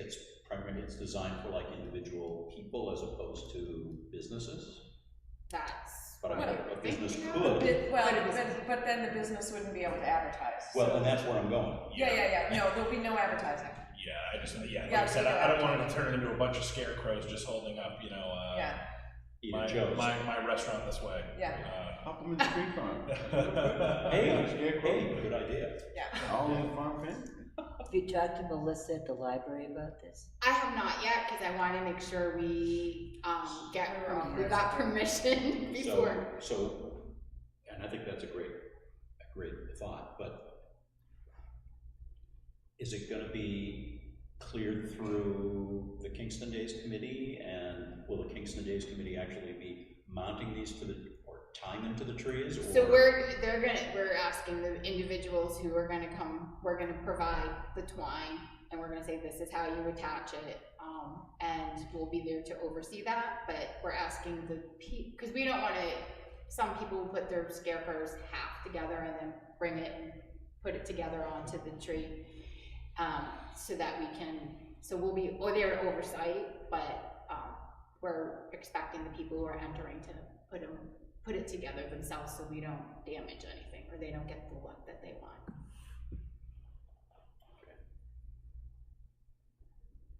I'm just thinking the consistency part of it could be important depending on, I can see people doing it much differently from person to person, and some of them more securely than others, and I don't know, but if you're providing the guidance, I guess that's, I mean, this is gonna be a test. Yeah. I think it's a good idea. All of it sounds fun. It's no cost, Yeah. like zero cost to us. Yeah. So they're making their own scarecrow. Okay, we'll provide the twine. That's it. Yeah. So I think it's a great idea. it's fun. It's fun. It's fun, and we got prize money, so. May I ask if our Public Works Director has any input on this? I was gonna ask, but he would have. Phil would have. All right, awesome. Yeah. I Trust me, listen, he would have been at the table if he had a problem. He would have been like, yeah, Phil Coombs, yeah. He's good. Okay. And What else you then got? electricity. I have my list. Oh, all right, okay. Electricity. Electricity and water. Okay, so, electricity, do you have an update on electricity? I have not. For the plants? It needs to be fixed. Yeah. It does, it needs to be fixed, and it needs to be repaired so that we don't have any shortages on the electrical out there. We also, we did request two new 30 volt and one new 50 volt, but we've gone back to those people and we think we don't need to add those and that we can just go with what is there and what is fixed for this year, and then potentially evaluate if we continue to use the planes for other events, what we would need for the future. Which people need to use that? Food, we have food vendors that are requesting power. Two food vendors are asking for 30 volts and one food vendor is asking for 50 volt. But that food vendor was here on Saturday and had a generator, so I'm sure they don't need that. They can use the generator. I think it's over a day versus 3 days becomes a little hard to continuously use a generator for their. Do your fees reflect the need of increased power? Our fees reflect if they're using power, and it's $25 a day, but we don't state if it's a 30 amp, if it's a 50 amp, it's an increase. So next year you might want to consider that. Yeah, we would definitely, if, next year, if we get those into place and we get to upgrade those electrical outlets, we would definitely set our fees based on the voltage or wattage thing. So I think the bigger question is, what is the plan to upgrade the electric on the planes? Because, it might impact us, but overall, it impacts anybody, any event that's gonna use electricity on the planes. So we don't have a... We need a budget for next year is what we need. This was brought to my attention at the end of the week prior to last, and I was off half of last week, so Tom and I were not able to link up and go over everything. It's gonna require quite a few hours of going through everything, which is a complicated mess and has been for years. So we'll get something functional for Kingston Days that is safe, but it's going to require a lot more than that going forward. Okay. Yeah, and I know we want to talk in the fall, we're gonna set up, because we want to look at where all our ARPA funding is, because we want to set up projects, because we want to have all that money allocated. quite frankly, that's another project that I look at, is if we want to increase that infrastructure, that falls right under all the COVID stuff, because it's increased use of outdoor spaces and outdoor activities, so it easily falls within the guidelines of those funds. But I know we wanted to look as a whole at all the funds that we have left and what we're looking to expend for the projects going forward. So I think if we can at least get it safe for Kingston days, but I think we definitely want to look at a plan for how much infrastructure we have that we want to invest into that for future and continued use. That's a good plan. That it? Water. So. The more difficult one. I left that one for last.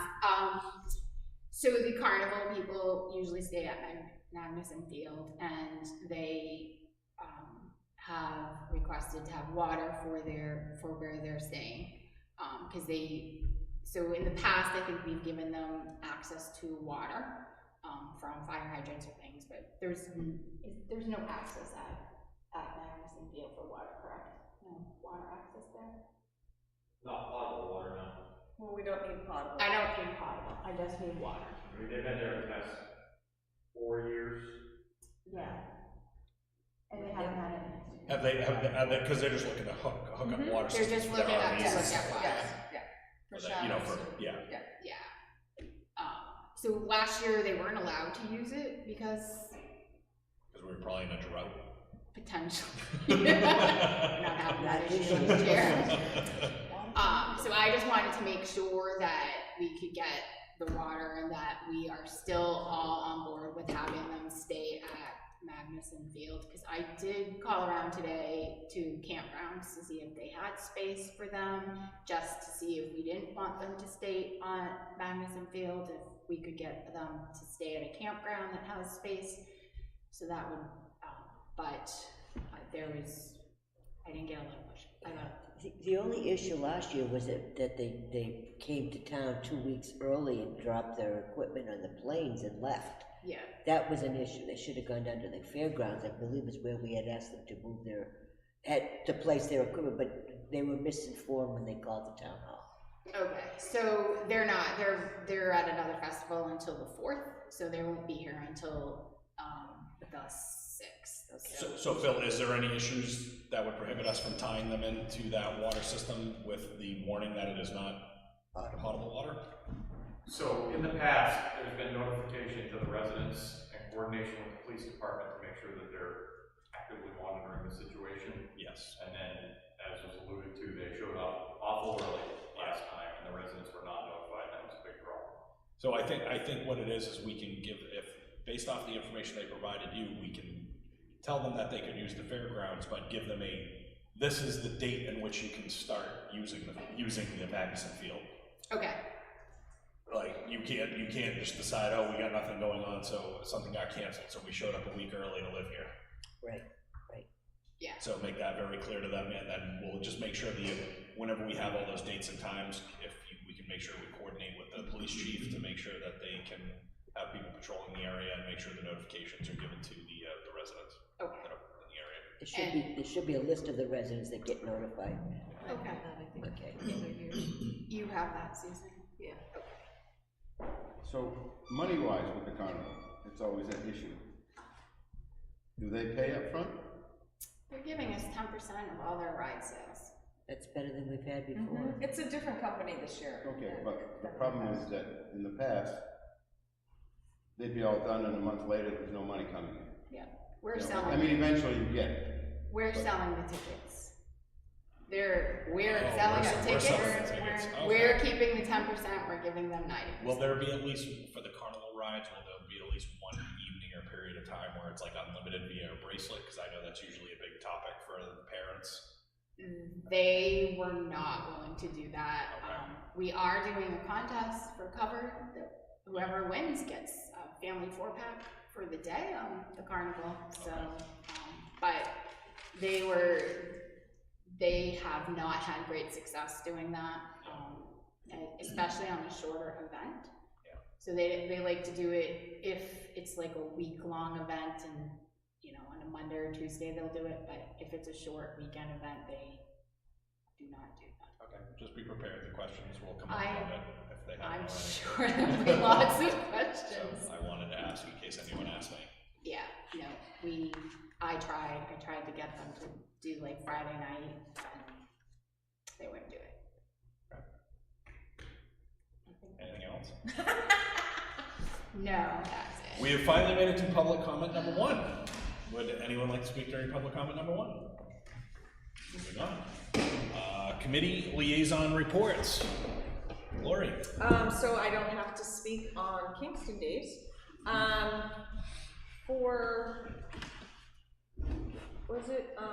So for the planning board, when I sat in on the meeting, we were discussing the scanning in of all of the documents. And the discussion involved that Robin did not have enough time to go through their records for ZBA and for planning board, but essentially it was, they need to go in their filing cabinets and purge the information first, that what doesn't need to be scanned in. So my recommendation to them was to come up with what that list looks like, or what a complete file looks like, so that when they're purging, it's easier to get rid of information, because we don't need to keep the application, we can get rid of the application sort of information. But then it was also, they don't have enough. Like, she doesn't have enough hours She doesn't have in enough the hours, budget. so they want more hours. I couldn't have advocated for it more strongly.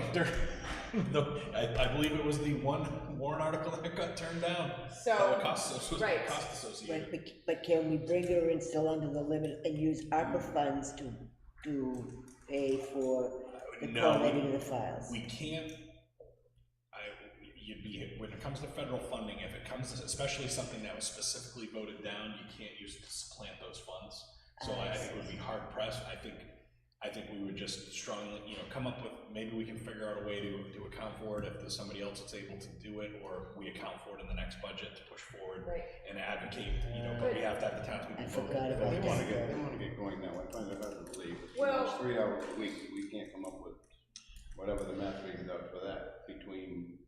But to specifically allocate funds for something that was specifically voted down. Well, we're not making it full-time. The warrant article is to make that position full-time. As long as we stay in the part-time realm, I think we're okay. I don't think that's an application, we're not ignoring what the voters want. They did not want the full-time position, okay? But we still have some flexibility in hours to give her more hours without making that position full-time. And I think if we stay under that umbrella, I think we're okay. And they were good with that, but the second part of that is they still don't want to get rid of the paper. So there's certain things they really want to keep. I will say there's certain things that are incredibly beneficial to still have hard copies of. Right. But I think for the ease of anyone else that wants to look at documents, I think it's important for them to all be scanned and uploaded, but I still think there is a need for certain types of files to be held on to. Right. I mean, you can attest to that. I mean, you've had more experience with it. Right, and I mean, I've worked with towns and I know how this process works, and towns that have gone on all electronic files like we're trying to do. But planning board office, for example, will typically keep one set of the final approved plan that's recorded at the registry of deeds, just so they have that. Any of the iterations that led up to it, no, there's no need for that. It just adds confusion. Right. So I think more discussion, just from me sitting in there, they need to figure out what that final plan looks like, because without that, it's at somebody's discretion going through on if it needs to be kept or not. But you have to have something on that final plan that designates it as the final plan. No, right, but then also moving forward. Right now, they're just trying to do stuff from the past. Like, what is their plan moving forward, and when are they scanning it in, and when is it called final? Like, it's not just about scanning in the 7 filing cabinets. It's about what is the plan and how are we dealing with the stuff as it comes out. And discussion was that Public Works has a scanner and they can go down there and scan stuff in, or do we keep hiring somebody to do it once a year, or do we buy another one? I mean, there's a lot.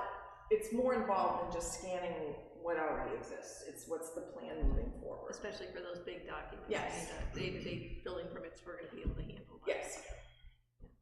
Okay. Okay. All right. Well, thank you for attending. Yeah. Shall we move forward with this? I mean, we're gonna put this off again? No, we have, well, no, this is gonna be a budgeting item, like, Yeah. so we.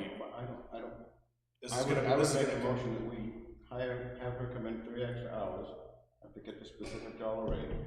Well, I don't think we Through need the to. planning board, through the planning board's budget. Yeah.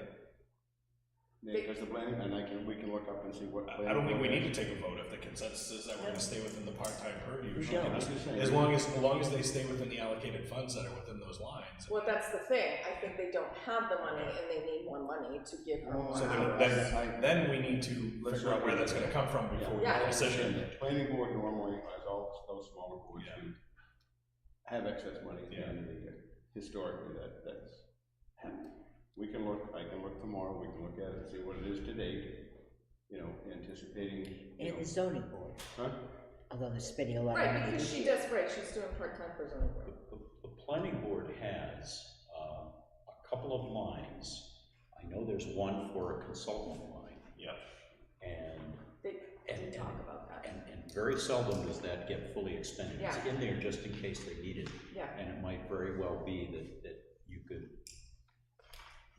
call this that, and it's close enough, and you might be able to use some of those funds. Yeah, so I think as long as they're expending within their current budget, now if all of a sudden we get a little bit closer, they're still working on this project, and they're like, yeah, we've kind of exhausted what we have available. Within the overall budget, but I think anything outside of, but first, I think before we approve anything, I think they need to come to us with a plan of where that's gonna go, because we need to see, even if it's within their departmental budget, we need to see what lines they're pulling it out of, because within, I think kind of with the new changes that we're talking about, purchase orders and stuff like that, we're still putting limitations on that if they're, even if it's under the limits of, you know, one of the suggestions that I was gonna have when we discussed that tonight is that even if they're spending within the limits of their authority to not require a purchase order, if they're over expending a line, it has to come from somewhere else. I still think that needs to come from planning board, select board approval. So if I can speak with Lynn and Rob and see if we can just say, hey, just get some ballpark where you're gonna take this money from, and that way we can come up with hey, we found that we can get 60 hours out of these lines, and we think that could be appropriate, and you know, there's no anticipated cost usage coming. And I think it's really important that they do have a plan moving forward, not just that, but how are they dealing with this, purging it, and then moving forward. But the other question that raised was about the contract itself and how was that structured. And, you know, talking to Susan, it's by volume. So, I mean, the company doesn't want this out there forever, and they want to kind of wrap it up. But it's by volume. So whenever we give them stuff, we pay for it as they get it, as they process it. So that was another question. Yeah, so, and I think the goal always is to us, we kind of, the company, get everything digitized, and then the town, and obviously we got the large scanner.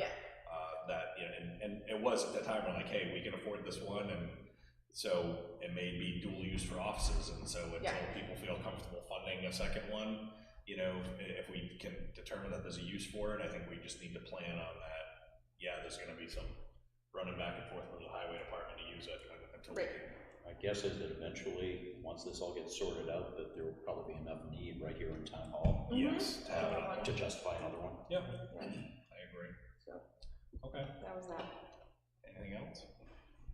I got from the Human Services Director, I mentioned, prior to that I asked her to get together for a month, the information that, all the stuff that she's been working on, and she did provide that to me, so I can provide that at a later date moving forward when we're looking at that whole function of the Human Services Director. Okay, great. Yep. Just to forward on with that, because there's two functions downstairs. One was for the planning to get that stuff out. The other issue apparently is with a lot of the scanning of a regular file, assessing and all that stuff, and they're looking for maybe a part-time person. It could be a week, a day, or a month. Again, same concept, same thing. We need to catch up. Yeah, I mean, that's really, so again, we can look at, or I'll look at that particular person will come out of the selectmen's budget. Right, but we still have that $50,000 contract we need to make up by the selectmen's budget to the assessing. What? Oh, no, I understand, we're talking small dollars, and we're talking the current budget. I don't guess if we, again, just my opinion, if we spend $500 over the course of the time, or $1,000 for somebody in there, is it going to affect the $250,000 short? I understand that, Chuck, but I'm saying it's not gonna be $500. Well, we'd have to do the math, and it's not gonna be a lot of money. So let's come up with an idea so we can make an informed decision if we want to move forward with that. We'll try to quantify that. I didn't attend the planning board meeting. Lori attended it for me. Things seem to be going good with the police department and the police chief, and I know we have a couple items that he had spoke with all of us previously that we have in our packets that we'll talk about later in the meeting, but it seems to be going well. Let's see, I've had some communication with the recreation director, and rather than getting into any detail on it, I asked him to brief the entire board on it when we do the next department heads meeting. Okay. It's enough of an issue that I thought that it was something that needed to be more than just a conversation between he and myself. So there'd be something on that from him. Let's see. Heritage Commission working on all their usual things, and they've got a plate of stuff. The most recent activity was, I believe they had a booth at Heritage Day. I haven't gotten a report to hear how that went, but the Heritage Day had pretty good turnout. And that's, well, I can speak about that because that's another one of my liaison groups, the Historical Museum. It was a gorgeous day. They had, the car show was a success. There were over 160 cars that actually registered. There were more cars than that because some cars came in and did not go to the table and register. But over 160 did. From everything I've heard, it worked out well, and then there were a fair amount of folks wandering the plains and having a good time. So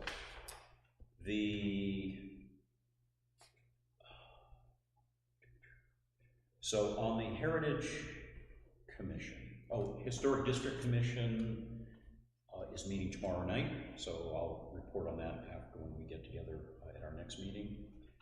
The one item for Heritage Commission, though, in addition to their booth at the Heritage Day, was the site visit that we did with Phil on the Grace Daily Barn renovations. Back on July 18, we had a meeting. We met here at Town Hall. Phil briefed anyone who attended with his plan, and then we moved over next door to the barn and got an on-site tour of it. Asked a lot of questions, also took a look at the L, the building that's attached to it, and the Historical Museum would, because they use the L for part of their programming, would really like to keep that, but we're not sure what's going to happen to it when it gets disconnected from the barn, when the barn gets physically raised to fix the foundation and the framing. So we'll see what happens, but the final disposition of the L will be made once all that is known down the road a little bit, and we'll get together and have another meeting to discuss that at that time. Now, is there going to be a cost estimate provided prior to any repairs to the barn itself? Okay, so come on up, Phil. But and just so that everyone knows, I know that when we talked about this the last time, there was a concern about, well, we don't know how much it's going to cost, and we might have to put a warrant article out. And I will say my concern is there already was a warrant article, and voters authorized out of the building reserve fund, building maintenance and reserve fund, $55,000, which I believe would need to come through us for authorization by request of the DPW director.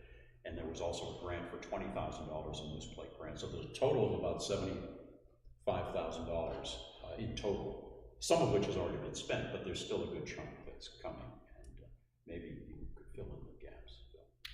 I was just hoping to meet up with you this week to review it. I figured we had enough going on tonight, rather than getting into the weeds on that estimate. Yeah. Okay. And just as we move forward, my concern is that if it goes above what's been authorized, I mean, we have some beautiful historic buildings in town but when we're using up a lot of our capital improvements infrastructure funds for buildings that are aesthetically nice to hold on to and don't necessarily get a ton of use by the town, these are all things that we want to evaluate. And if there's gonna be large expenditures, I want it to go to the voters, because I mean, I know there's a lot of differing opinions, but I have some concerns about the Heritage Museum and the fact that it's open 3 hours a week, and it's a beautiful building. I think it's very unique, but the cost that we're paying when we're cutting, here we are, we cut people's pavement on their roads that they're, up in arms about, but we're preserving. We did not cut anyone's pavement. Well, we did not do the pavement they were used to. Okay, so. So more to come on that, of course, and more to come on what the ultimate cost will be to do the repairs of the Grace Daily Farm. I know It will be $75,000. Say what? It will be under budget. Yeah. Okay.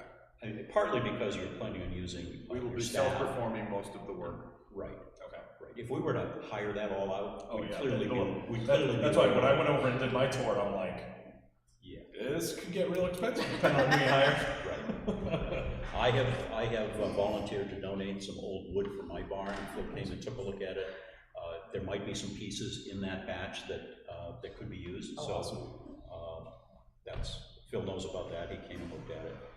And so I suspect there'll be other stuff like that. There were also, I did a set of minutes, and Susan, I think I sent a copy of these to you, and I don't know if you sent them out to the rest of the board. For the Grace Daily meeting. Yeah, for the Grace Daily meeting, And I they're did posted. a set of minutes just so we'd have it on record. They posted them on the select. Okay. Okay. Okay.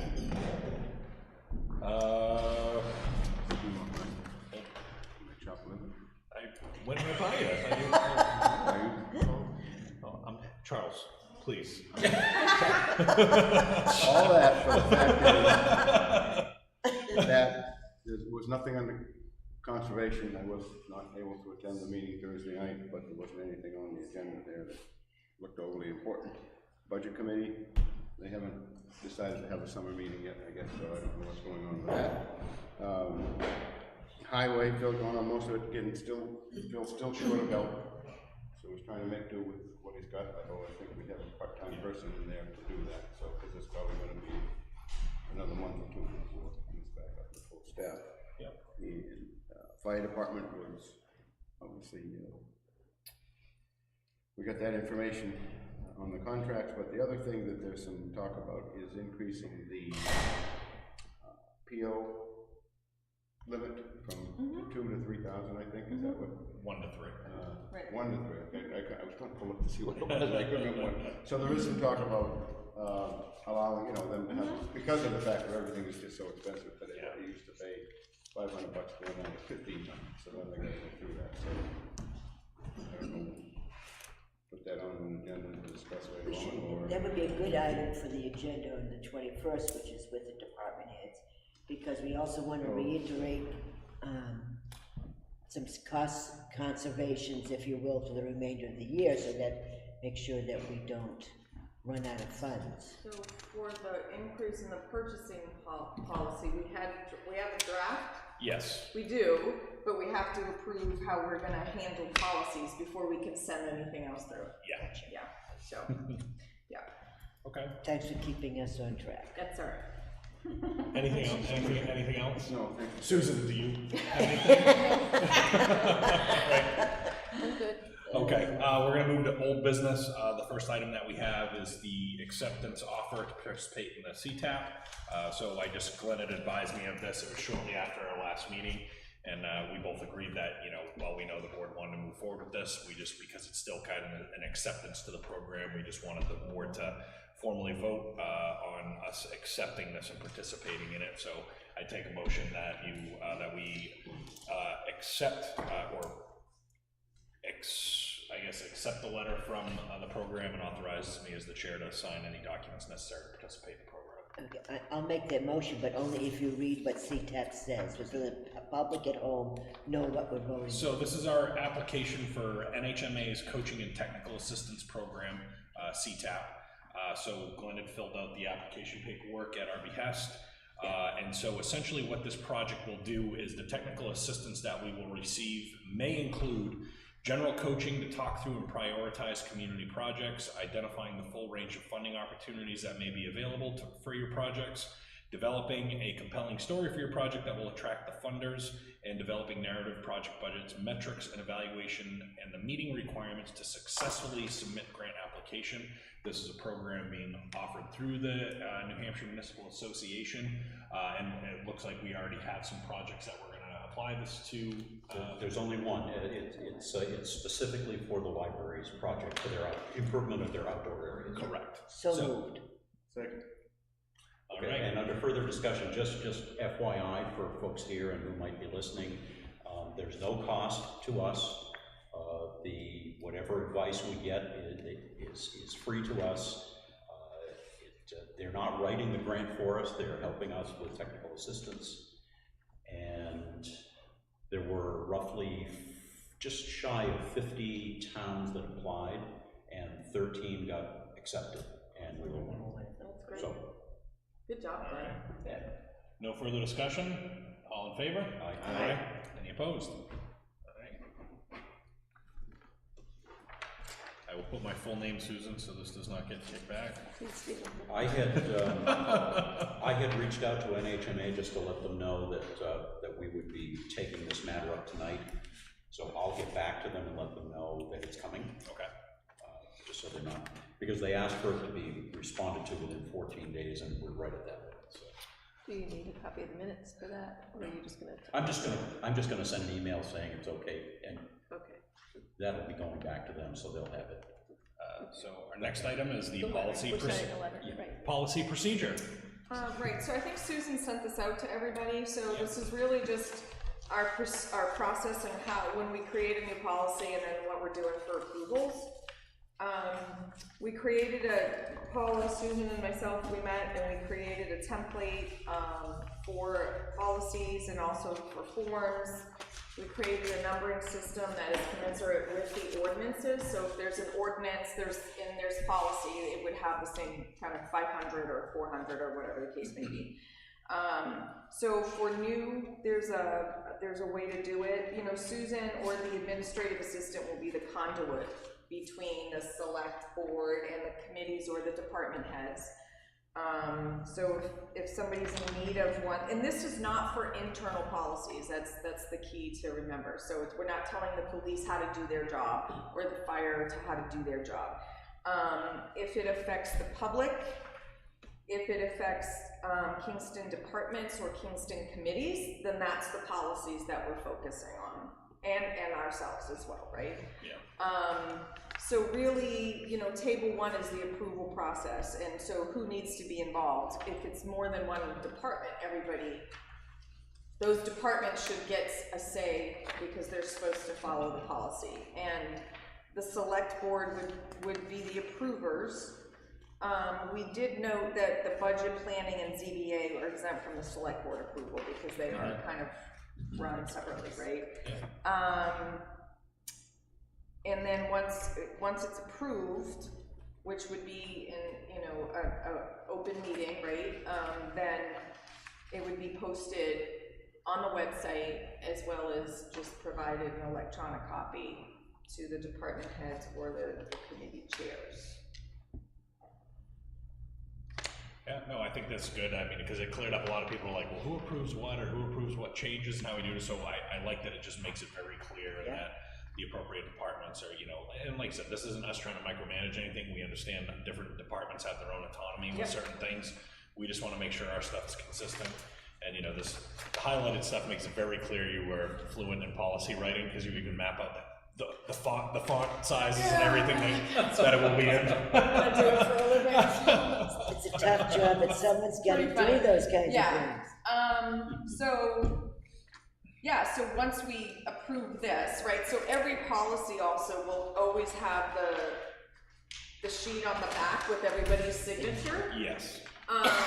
So which is important for when it was adopted. And, you know, we just had added header, footer information, dates and things like that. And so once this is approved, we have 2 other policies ready to go. One is the contract review, what we want to do when we get new contracts, who needs to review it.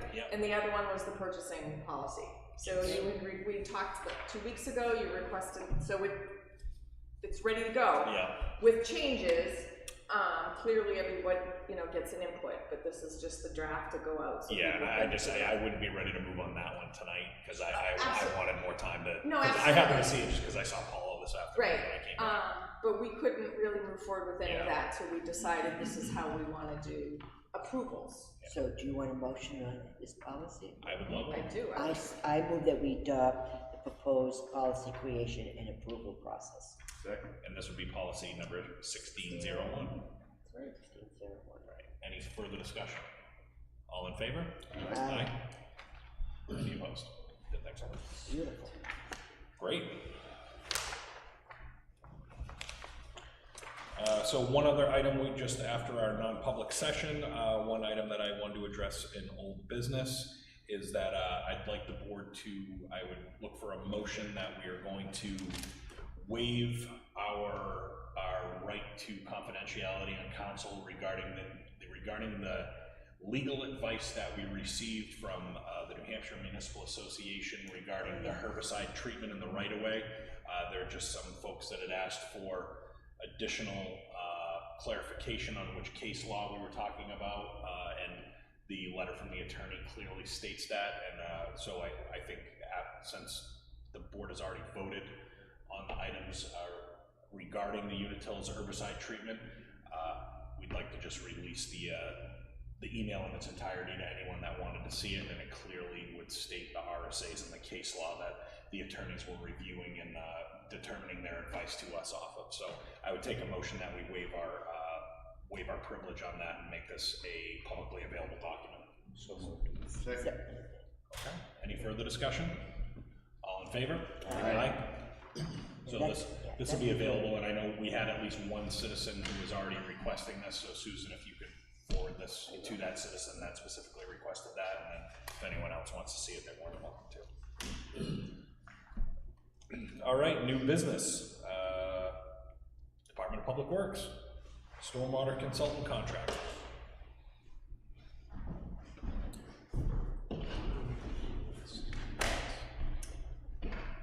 Board business. Okay. Oh, actually, we should have dealt with that one. We kind of got mixed up in that other thing. We'll deal with it on the board. Okay. So we've entered into our final year of our contract with Verdantis, who is our stormwater consultant, formerly Geo Insight. And I know we'll have to wait till the last minute to get these things renewed or go out to bid, but I'd like to be a little forward thinking on this, although that appears to be frowned upon. So I just wanted the board's guidance on how we want to move forward with this. When does the contract end? June of next year. Okay. But this is currently for this so that we're in the year 6 of our stormwater permit, and year 6 is $26,400. Been averaging $24,000. Obviously, we have 6 years experience with this provider, but you know, there would be the costs associated with bringing someone else on board. So I'm just looking for what the board would prefer. Just so folks know, this is the, when Phil talks about permit, this is the MS4 stormwater permit from EPA. It's a federal permit. We fall under that. We're required to do it. If we don't do it, there are significant penalties that can result, and some towns around us have fallen to that. So we certainly don't want to fall into that category. But we've been doing what we need to do, and having the consultant has kept us on track with all of that.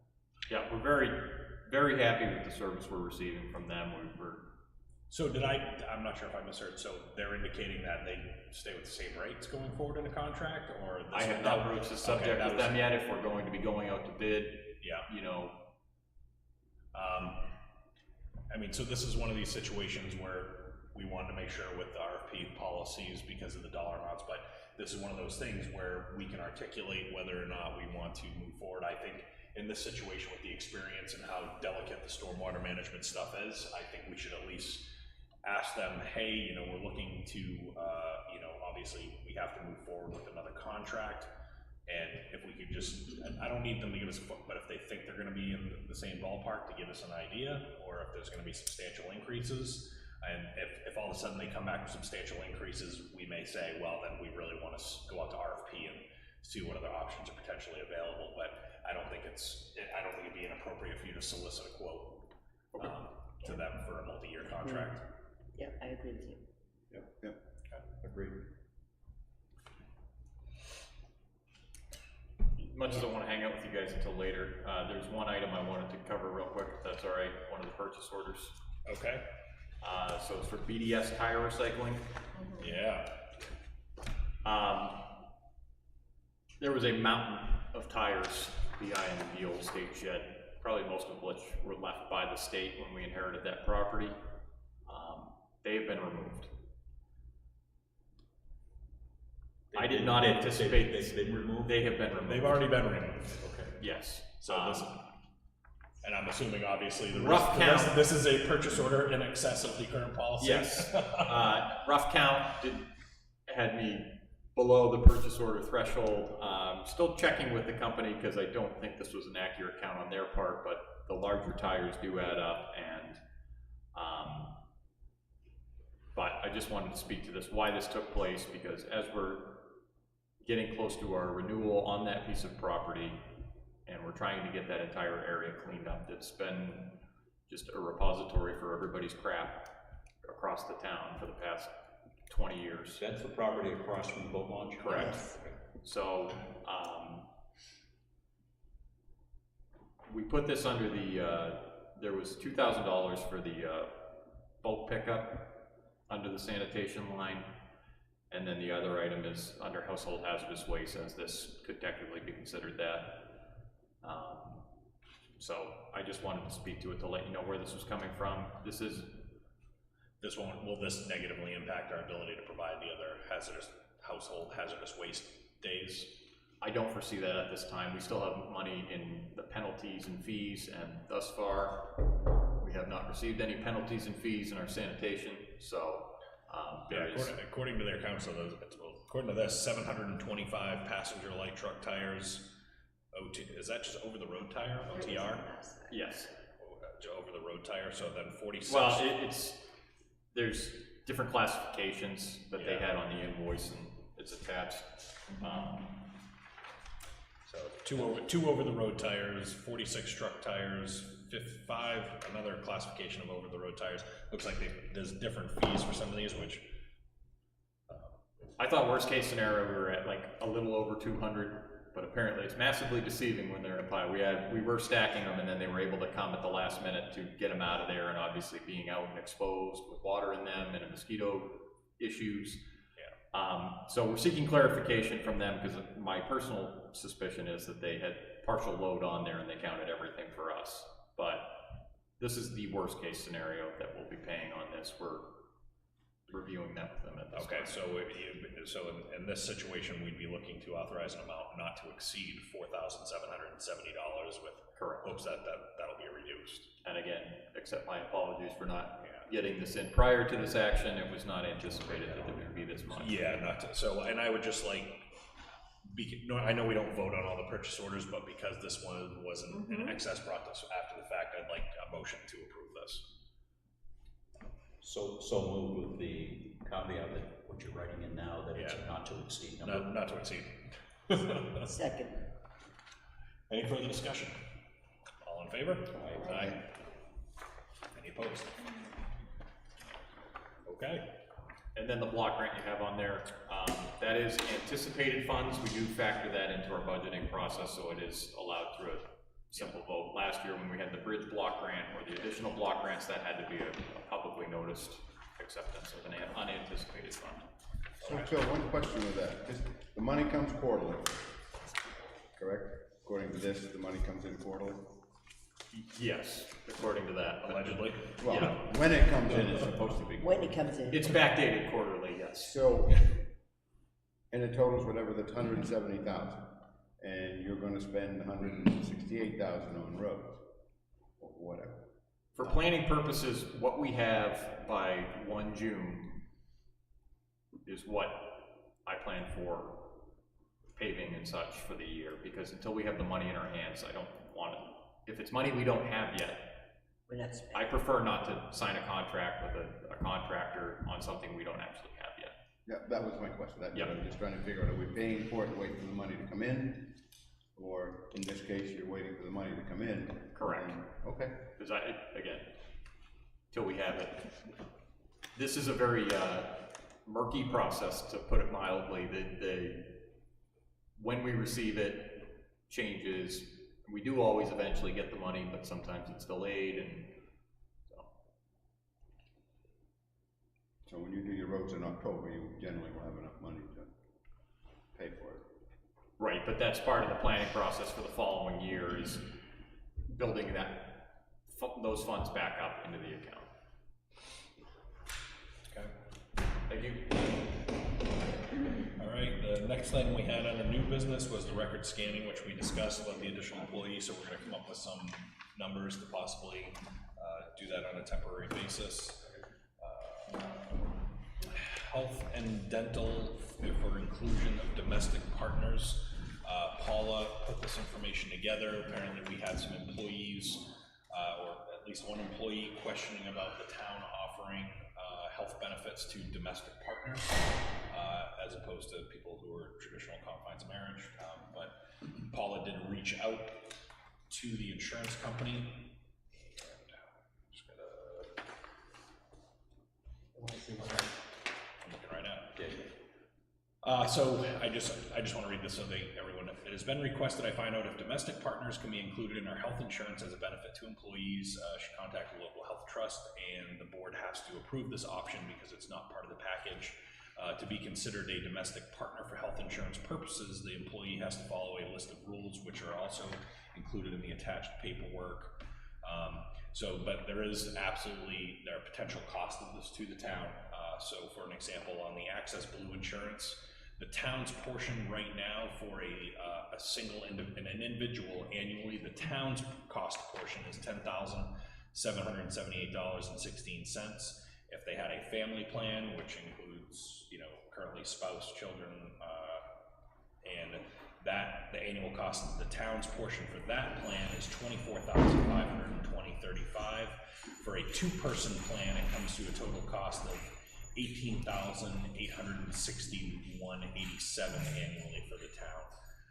So based with the finance director through Human Resources, she indicated, my feeling is that this day and age there's a lot more domestic partnerships, and it would be a nice benefit to offer our employees. The reason it doesn't go through the benefits committee is due to the fact that it is part of our contract with Health Trust. So she would need the board to have a vote on this. So I would say in any situation where somebody has a family plan, there's obviously no additional cost we have to consider to the town.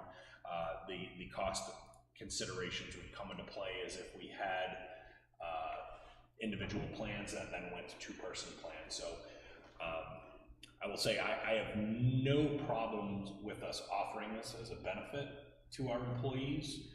I would say if we are going to approve it, it would be something that we should roll out during an open enrollment as a new offered benefit, because there does have to be some financial considerations for this. If for I have no idea how many employees in town may consider this an option, but say we had 10 employees that were just a single provider on the health insurance, and they immediately went to a two-person plan, that could be $80,000 that the town's unaccounted for if we rolled that out as an option, and we're not planned for that. Do we pay fully for a two-person plan? She told me that there was no cost to this. No, when I sat down and explained to her the cost town's portion, I had her bring up the numbers, and it absolutely cost the town. If they were on a family plan, it would be, so if you were a single parent who had 2 children existing and you're on a family plan, and then you had a domestic partner and you wanted to add them to the plan, it would be no cost to the town. But if you were a single person plan, it would go from the town's share would go from 10,778 and some change to 18,861. So there's absolutely a potential for anyone that goes from a single plan to including a domestic partner. And I have no problem offering that benefit, but if we are gonna offer a new benefit such as this, I think it should be during our annual open enrollment and something that we account for in the budgeting process. So it really goes from 10 to 18,000? Just the town's portion. So it's even greater. That's the town's. For 2 people, Yes, whether it's from a spouse or domestic Right. partner, Domestic, that's yes, the cost. absolutely. Yes, that's the cost. Is there a situation that could exist now where there could be domestic partners with perhaps children, and they may be already covered under the family plan? There could be a situation where they have a domestic partner that they've had children with, but I don't. Oh, I don't know, because if it's not called out in the health plan, they would have to Well, be legally married. They're not currently eligible. They're not currently eligible, but They're that not situation could already exist where you have a domestic partnership and they have children, and they are getting health benefits for themselves and the children, but maybe the domestic but not the partner is not domestic covered. But that's one of those questions where we can't go around and take a survey. Right. So Paula did mention that open enrollment is absolutely the right time to do it, because I think one of the options for the health plan that she's looking at, the health trust is dropping that, and they have to relook at that anyway, so that's probably the right time to do it. Which is coming up. Open enrollment is always like October time. Yeah, anyway, it's usually, so I mean, if this was a benefit we wanted to, I have no problem with, my personal feeling is I have no problem with us including this as a benefit to the town, but it has to be done during open enrollment, and then I would want to make sure that it's brought up in the budgeting process, because, you know, while you're not going to take the pulse of that survey, we're going to sit there and factor, okay, this percentage of employees may include in this, and we need to account for that financially. So, I guess, would we like to, I'd say we should take a motion that we approve the Human Resources Director engaging with Health Trust to provide this as an option to the town, but it would not be available until the next open enrollment period. So Second. Any further discussion? Yeah, I'm having we originally told it was gonna be the cost, so if we have 2 people that do that, it could potentially. $16,000, could be. I mean, It could. You know, it could be 1, could be 3, could be none. Yeah. So. They could have someone get married and. Exactly. Yeah. Like somebody could get married. Yeah, I mean, and exactly. There could be changes to it all the time, but you know, it's what's the change of It's a qualifying event. A qualifying event. So there are numerous things that could happen, but with just, I mean, I think it's a shame that it wasn't offered to them sooner. It's seriously, I know, it's been a lot of. Yeah, and we're at the end of the calendar year anyway, so we're not gonna be feeling the full impact of that initially. Also keeping in mind that it says the employee has to follow a list of rules. So just because they're living together doesn't mean they qualify as a domestic partner. So there's still. Yeah, did you guys get that? Was that part of the packet as well? So there's a very, it says they have to sign affidavits indicating that they've been cohabitated for at least 12 months, and it is not a familial or paternal type relationship, and so there are a lot of, I read through it, and it seems like there are very appropriate protections to, you know, prevent type of abuse for the system. And so that you don't have a brother and sister living together. Right, exactly, you just get somebody. It does talk that you can't be a blood relation. We won't go down that road any further. That's not right. It says it's illegal in some states. Still don't want to go down that road. It was on the waiver. Oh dear. Okay. Okay, item next. Yep. Did we vote on that? We didn't vote. Yeah, all in favor? Aye. Aye. Any opposed? No. Okay. Abstain. We have voted. Okay, so 1 abstention. You abstain, Chuck. Mosquito bids. Oh, actually, so one more thing that I just wanted to, that I'd say after a non-public, I said we'd take it up in new business, was based on a recommendation of the fire chief. He would like the board to waive the requirement for new full-time hires in the fire department to be subject to an employment contract.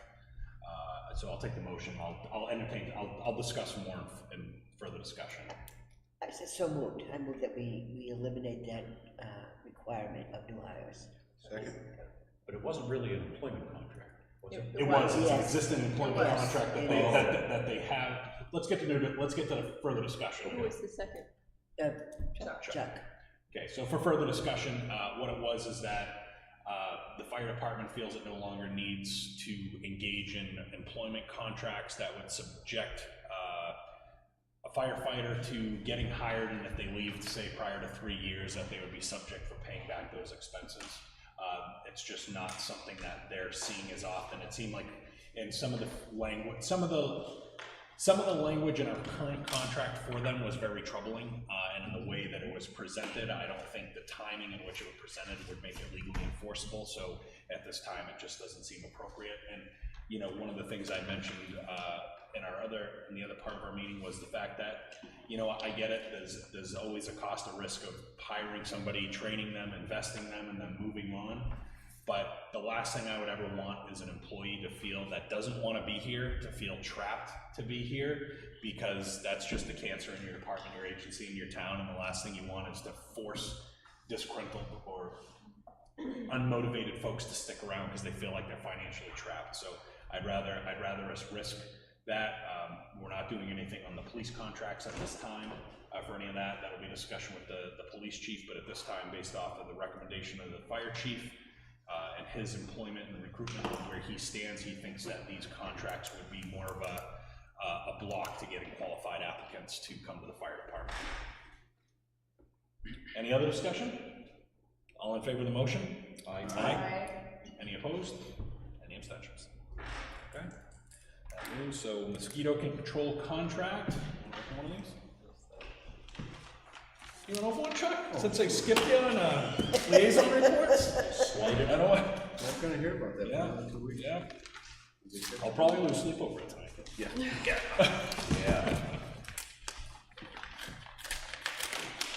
Right. The first one is from Northeast Vegetation and Mosquito Control. It is dated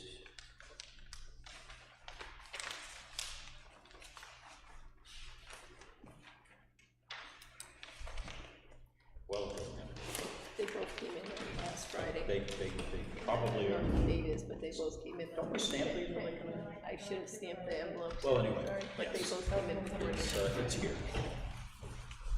So this is a proposal for public health and mosquito control and R4 viral monitoring services for Kingston. And I'm assuming that these were responding to a specific RFP that we sent out? Yes, they were. So this has various components to it, and the bottom line is $27,000 per year, broken out by 3 components: larviciding at $17,500, arbovirus surveillance at $7,500, and adulticiding at $1,000 cost per spray, number of sprays 2, so $2,000. Grand total of $27,000 per year. All right, I have Municipal Pest Management Systems, and they have broken it down the same way. Their total bid is $29,765. The larviciding is $16,495. The word that Glenn couldn't say, number 2, is light trapping, is I guess what they refer to it as, is $13,270. And the other word, emergency spraying, is no charge. These are for 2. Number 3 has no charge and no charge. So the total was $29,765. There was a sheet of references. Oh, okay. For Northeast Vegetation. They provided references from Maine Medical Center, Town of Fremont, their town administrator, Town of Kensington, their director of administration, and then a list of towns that they either work with presently or have in the past, and it includes a number of towns around us including ours, as it turns out. Apparently they've done work for us. But Atkinson, Auburn, Exeter, Fremont, Greenland, Hudson, Keene, Kensington, Kingston, Litchfield, Newcastle, Newmarket, Pelham, Portsmouth, Rye, Kittery, Maine, and York, Maine. And I know just the person to follow up with that. So I would recommend we take a motion to give the bids to the Director of Public Works to review and return with the recommendation to the Board of Selectmen.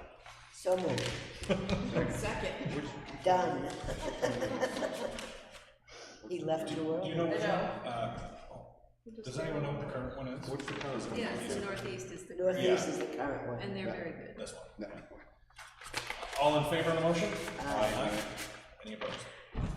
Any abstentions?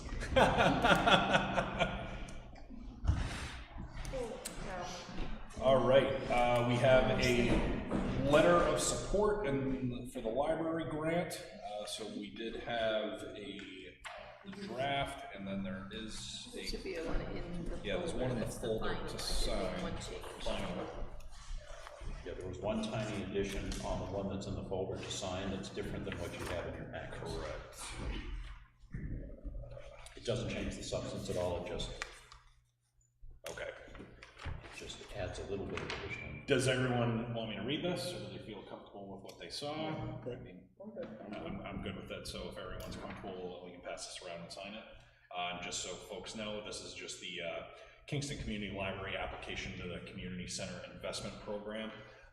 And this is part of the research of the age-friendly surveys and also the outdoor spaces survey, and talking about our goals, and they need a letter of support moving forward with some of their projects, and it's very beneficial to have support from the different entities that are involved throughout the town. Susan did a very nice job on that one. And it does everything. It's programming, it's all those different things. Right, and it's targeted toward the project that they will also be getting assistance for the outdoor spaces through the municipal association. So it's all kind of tied in together with that. So we'll just keep going. I'll keep going through the folders here so we can make sure we get through all of that. Which one's that? Yeah, Well, that was, they wanted to know probably if we were discussing the paved drive at all. That's there. and that wasn't, that had nothing to do with that.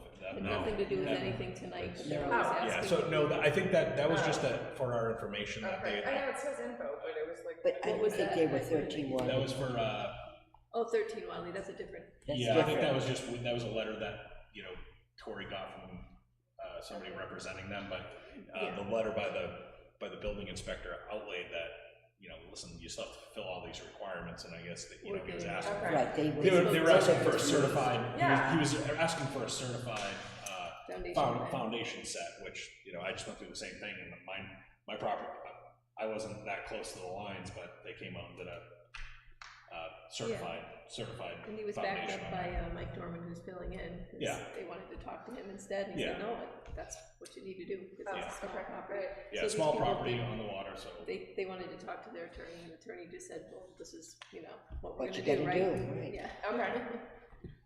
Okay, so we do have 2 items in here. So these were employee pay increase positions, and this was part of the proposed thing from the police chief. He wanted to convert 2 positions from hourly rates to salary.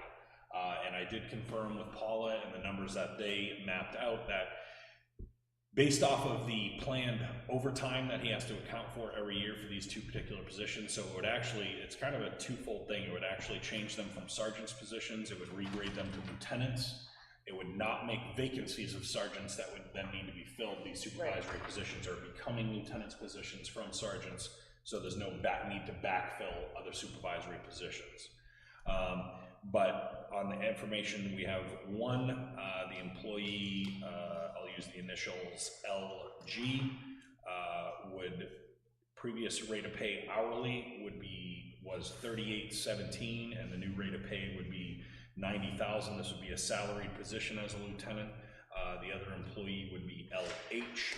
Previous rate of pay was $41.26 an hour. The new salary position would be $92,500. So now based off of the calculations that was demonstrated by the police chief, he was able to show us that just the built-in mandatory overtime for training, conferences, all the annual training stuff that happens in the events in town that we have to support.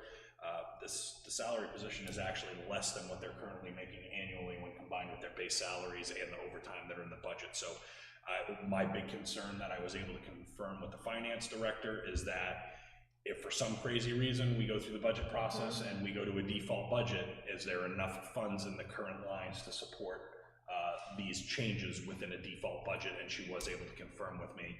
So the chief's recommendation is obviously, and I will say, you know, with positions like this, you know, Kingston has had its share of critical incidents recently with like some big shootings that have happened and other investigations, and with these two individuals in the positions they're in, you get caught up in a couple of very lengthy investigations, and it would probably end up being a substantial cost savings to the town in the long run with them being salaried to these positions as opposed to plus the incentive to let these guys know, or gals accordingly, that we appreciate what they do for us and want them to stay on in a more secure basis, if that's the right word. So unless anyone has a concern about treating these separately, we could probably entertain one motion that would be approving the regrades and the rate of pay changes to from the sergeants to lieutenants positions at the salary rates of pay described herein.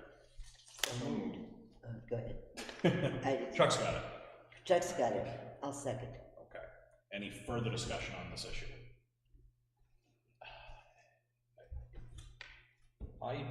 I just need to say that, and nothing against the individuals, and they're certainly worth it.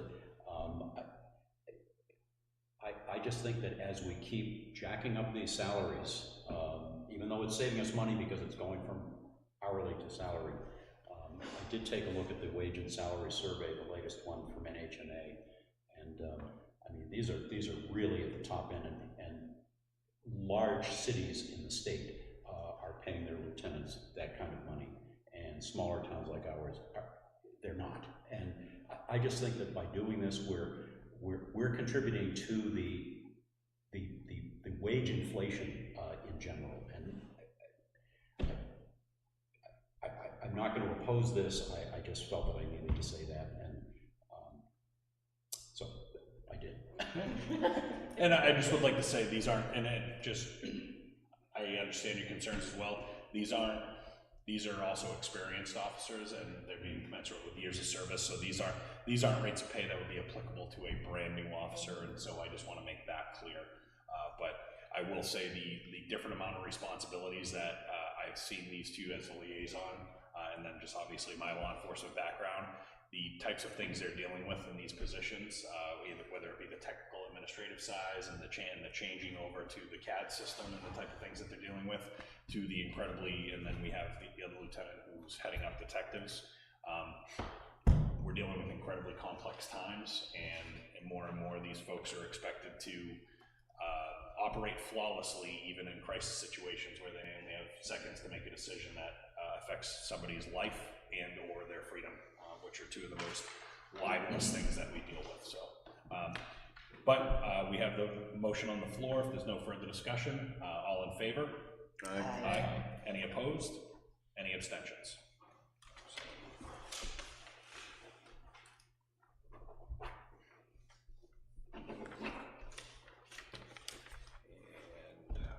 And the domestic partners, we're not doing everything on, actually no, we are, I guess, she just asked us to sign this, but I think we just make sure we reflect to Paula that this is, you know, open enrollment. I have no problem signing off on her memo, just make sure she understands the caveats that came with our motion. Okay.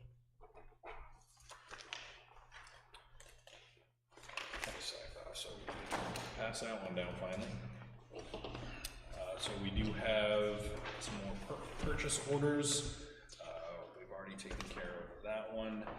The other one is just the cable broadcast replacement equipment. Glenn did bring up that we didn't have a department or a line item. Paula said that she wasn't familiar with exactly what that line item was for the cable, but if we take a motion to approve this, we just want to specify that it's supposed to come out of that communications fund that's provided for the Comcast contract with the town. And so the cost of this is so we can obviously get the equipment back in there so we can be broadcasting live on television again with sound, which would be very helpful. And the total amount of this is $4,000.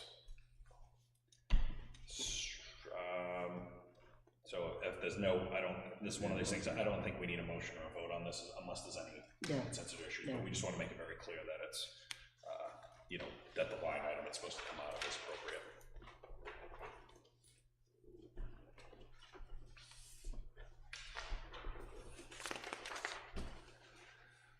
Beaver removal. Oh my God. From the highway department. So we have just a purchase order for beaver removal, $1,225. Obviously, they've been causing a lot of trouble. Always. Oh, buggers. They're just doing what comes natural. Yeah.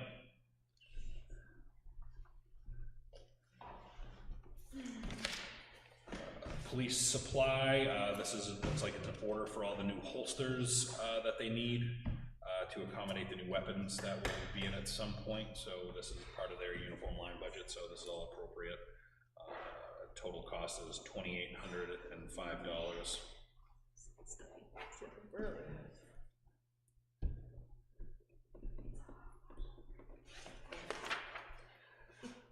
Gravel, 90 yards of 1.5 inch gravel, $1,440.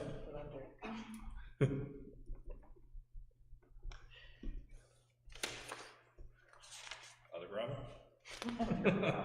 3-inch crushed gravel and other sizes, just under $1,200. Okay, pass that down to you. We have 2 items in here for employee rehires or employee new hire. We have 1 employee JM. This would be for the firefighter EMT. This would be a per diem employment. So this is just per diem, beginning rate $20.02 an hour, based off a recommendation of the fire chief. And the other one would be an employee rehire. SC. This is for ground maintenance part-time, rate pays $18 an hour, so this will be as needed and monitored by the Public Works Director.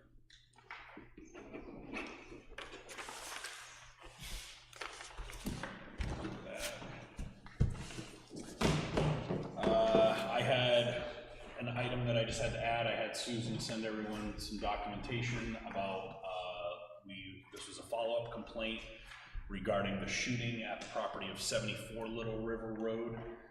So on, was it Saturday or Sunday? Saturday. Okay.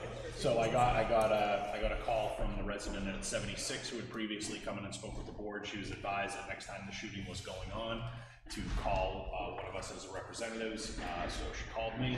I happened to be on my way back from Brentwood, so I contacted the police chief. He sent Detective Garvin out there with the decibel meter. And I figured it was probably good for me to observe and see this myself. So I did show up on the property. We did take decibel meter readings from, we weren't even at the property line. We were probably, because the property line's kind of in the middle of the woods, so we were probably still 50 feet from the property line. Even the smaller caliber weapons were definitely exceeding the noise violation standards for that. And then the larger caliber weapons were obviously exceeding 4. She did have her own personal decibel meter. I will say hers read about 10 decibels higher than the certified one that we have that the police department in. So Detective Garvin supplied us just a report indicating this information. I know the previously the board had told them that once we were called out there and we could verify that it was in violation of the ordinance, that we would take action at that time. So based off of this, my recommendation would be that we send the property owner that, you know, I know there's been some back and forth discussions on the activities of the property, but after reviewing the town ordinances, the activity taking place is clearly and documented, verifiable, in violation of the town's ordinance, and that any future violations will be subject to fines and penalties as described in town policy. I think we should just send them a letter. Detective Garvin did go over and speak with them. They did stop the shooting. He went over and explained to them, said, hey, listen, it's just too loud. You know, you're not meeting the town's requirements. So they did say, due to the nature of their property, they may look at this fall or this winter at pushing back further into the woods to see if they can construct an area where they can conduct those activities that's in compliance with that. But they were told in the meantime that if they can't meet the decibel meetings, that the select board would probably be reaching out to them. So I think if we just draft a letter stating that you've been found to be in violation of this, this is your warning letter. Any future violations that we respond to and verified, you'll be subjected to whatever fines and penalties are applicable.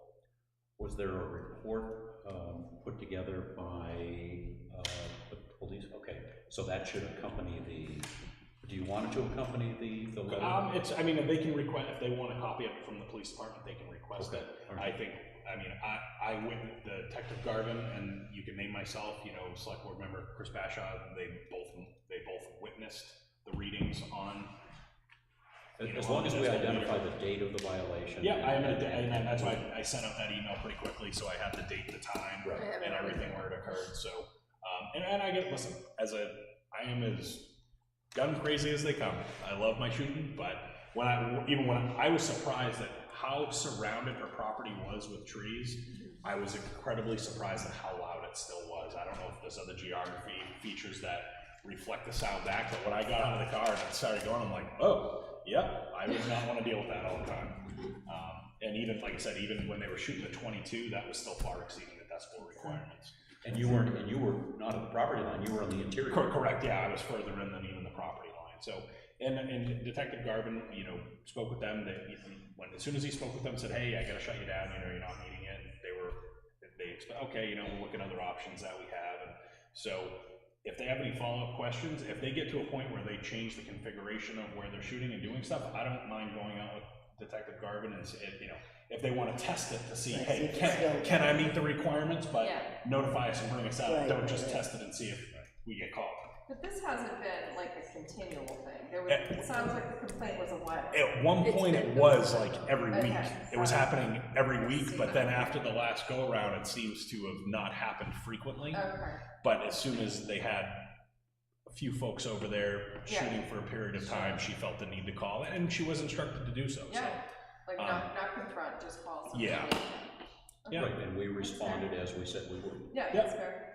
So, and we have it documented. I think it's, I reread the ordinances and I went through it with Detective Garvin while we were on scene afterwards, and, I think we've checked all the boxes on this. Okay, I guess, because it is an enforcement type action, we probably should take a vote on it, the board should send a letter issuing the warning with the date and time of the violation, advising them that any future violations will result in fines and penalties. Second. Any further discussion? All in favor? Aye. Any opposed? Any abstentions? Is there anything else? I don't know, what did I miss? Oh, of course, we did the highway block grant notice. We got public comment number 2. Don't do it. Yes. So, yeah. Never mind. So we do, I meant to do it when we jump back in, but we do need we did the vote. Minutes. We did. Are we doing something? Yes, we voted the seal minutes. The ceiling, that's for you. But we need doing to. something with this? I think we were gonna just consider how you want it to do it. Yeah, I don't think there was any action. I think that was kind of, hey, this is what we've been doing, what should we be doing? But I don't think it requires a formal change. No, just, if you wanna consider how you wanna go about reviewing all those old. Oh, right, yeah, we need to figure that out. Yeah. It doesn't have to be today. Application brought it up back to public and voted on it, so it's not even, Yeah, doesn't have to be sealed. Yeah, we voted to seal it when we came back. Yes, we did. But those are the Yes. type that we really don't need to seal, I don't think. No, part of it, no, I specifically did the motion, so the stuff with the legal advice we needed to, Yeah. but as far as the discussions with the fire department, that doesn't need to be sealed at that point. Because once we had a consensus of where it was going, now that we voted on it, now it won't need to be sealed.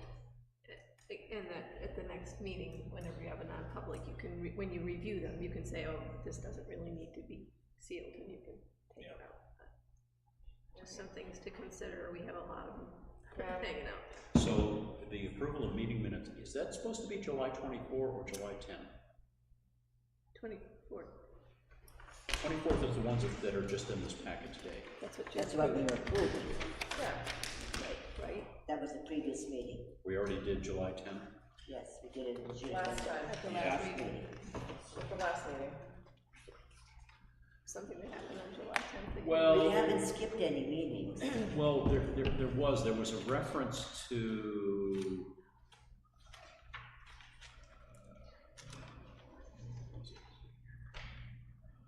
page 7, This is July 10th. yeah, it says Mr. Coombs confirmed that a $100,000 grant has been obtained for this work, talking Oh, about okay. the Grace Daily. And it was supposed to be 20,000. Yeah. You're right. Yeah. And I, make sure, I think I corrected it, but I'll double check, cause I learned that after I wrote them, cause I saw them and I said, this wasn't really 100,000. It was 20, it was the Moose Plate. Yeah, It the was Moose Plate 20. grant. Yeah, I think I fixed it, but I'll make sure the final Okay. copy is, yeah.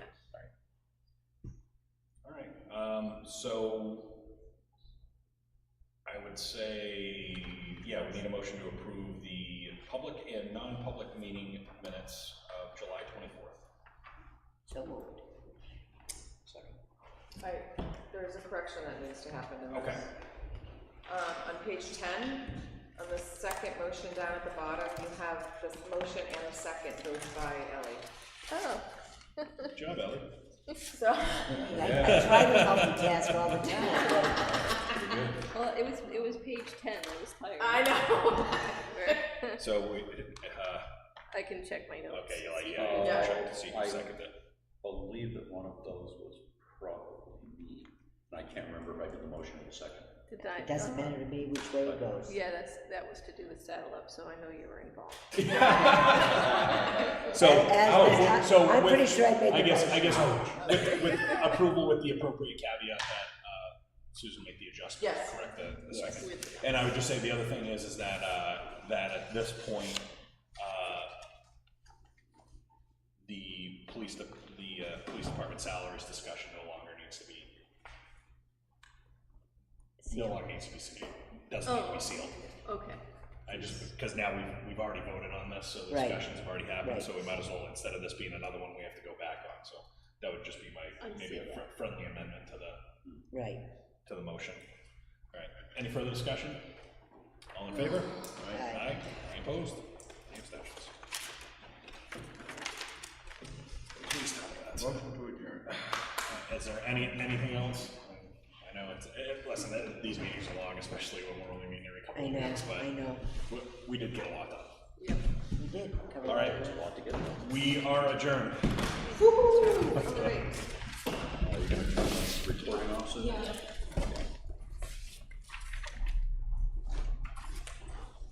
Actually, it wasn't as long as our last one, so. It just felt. Did you want your planning board stuff? Like, we're getting to go.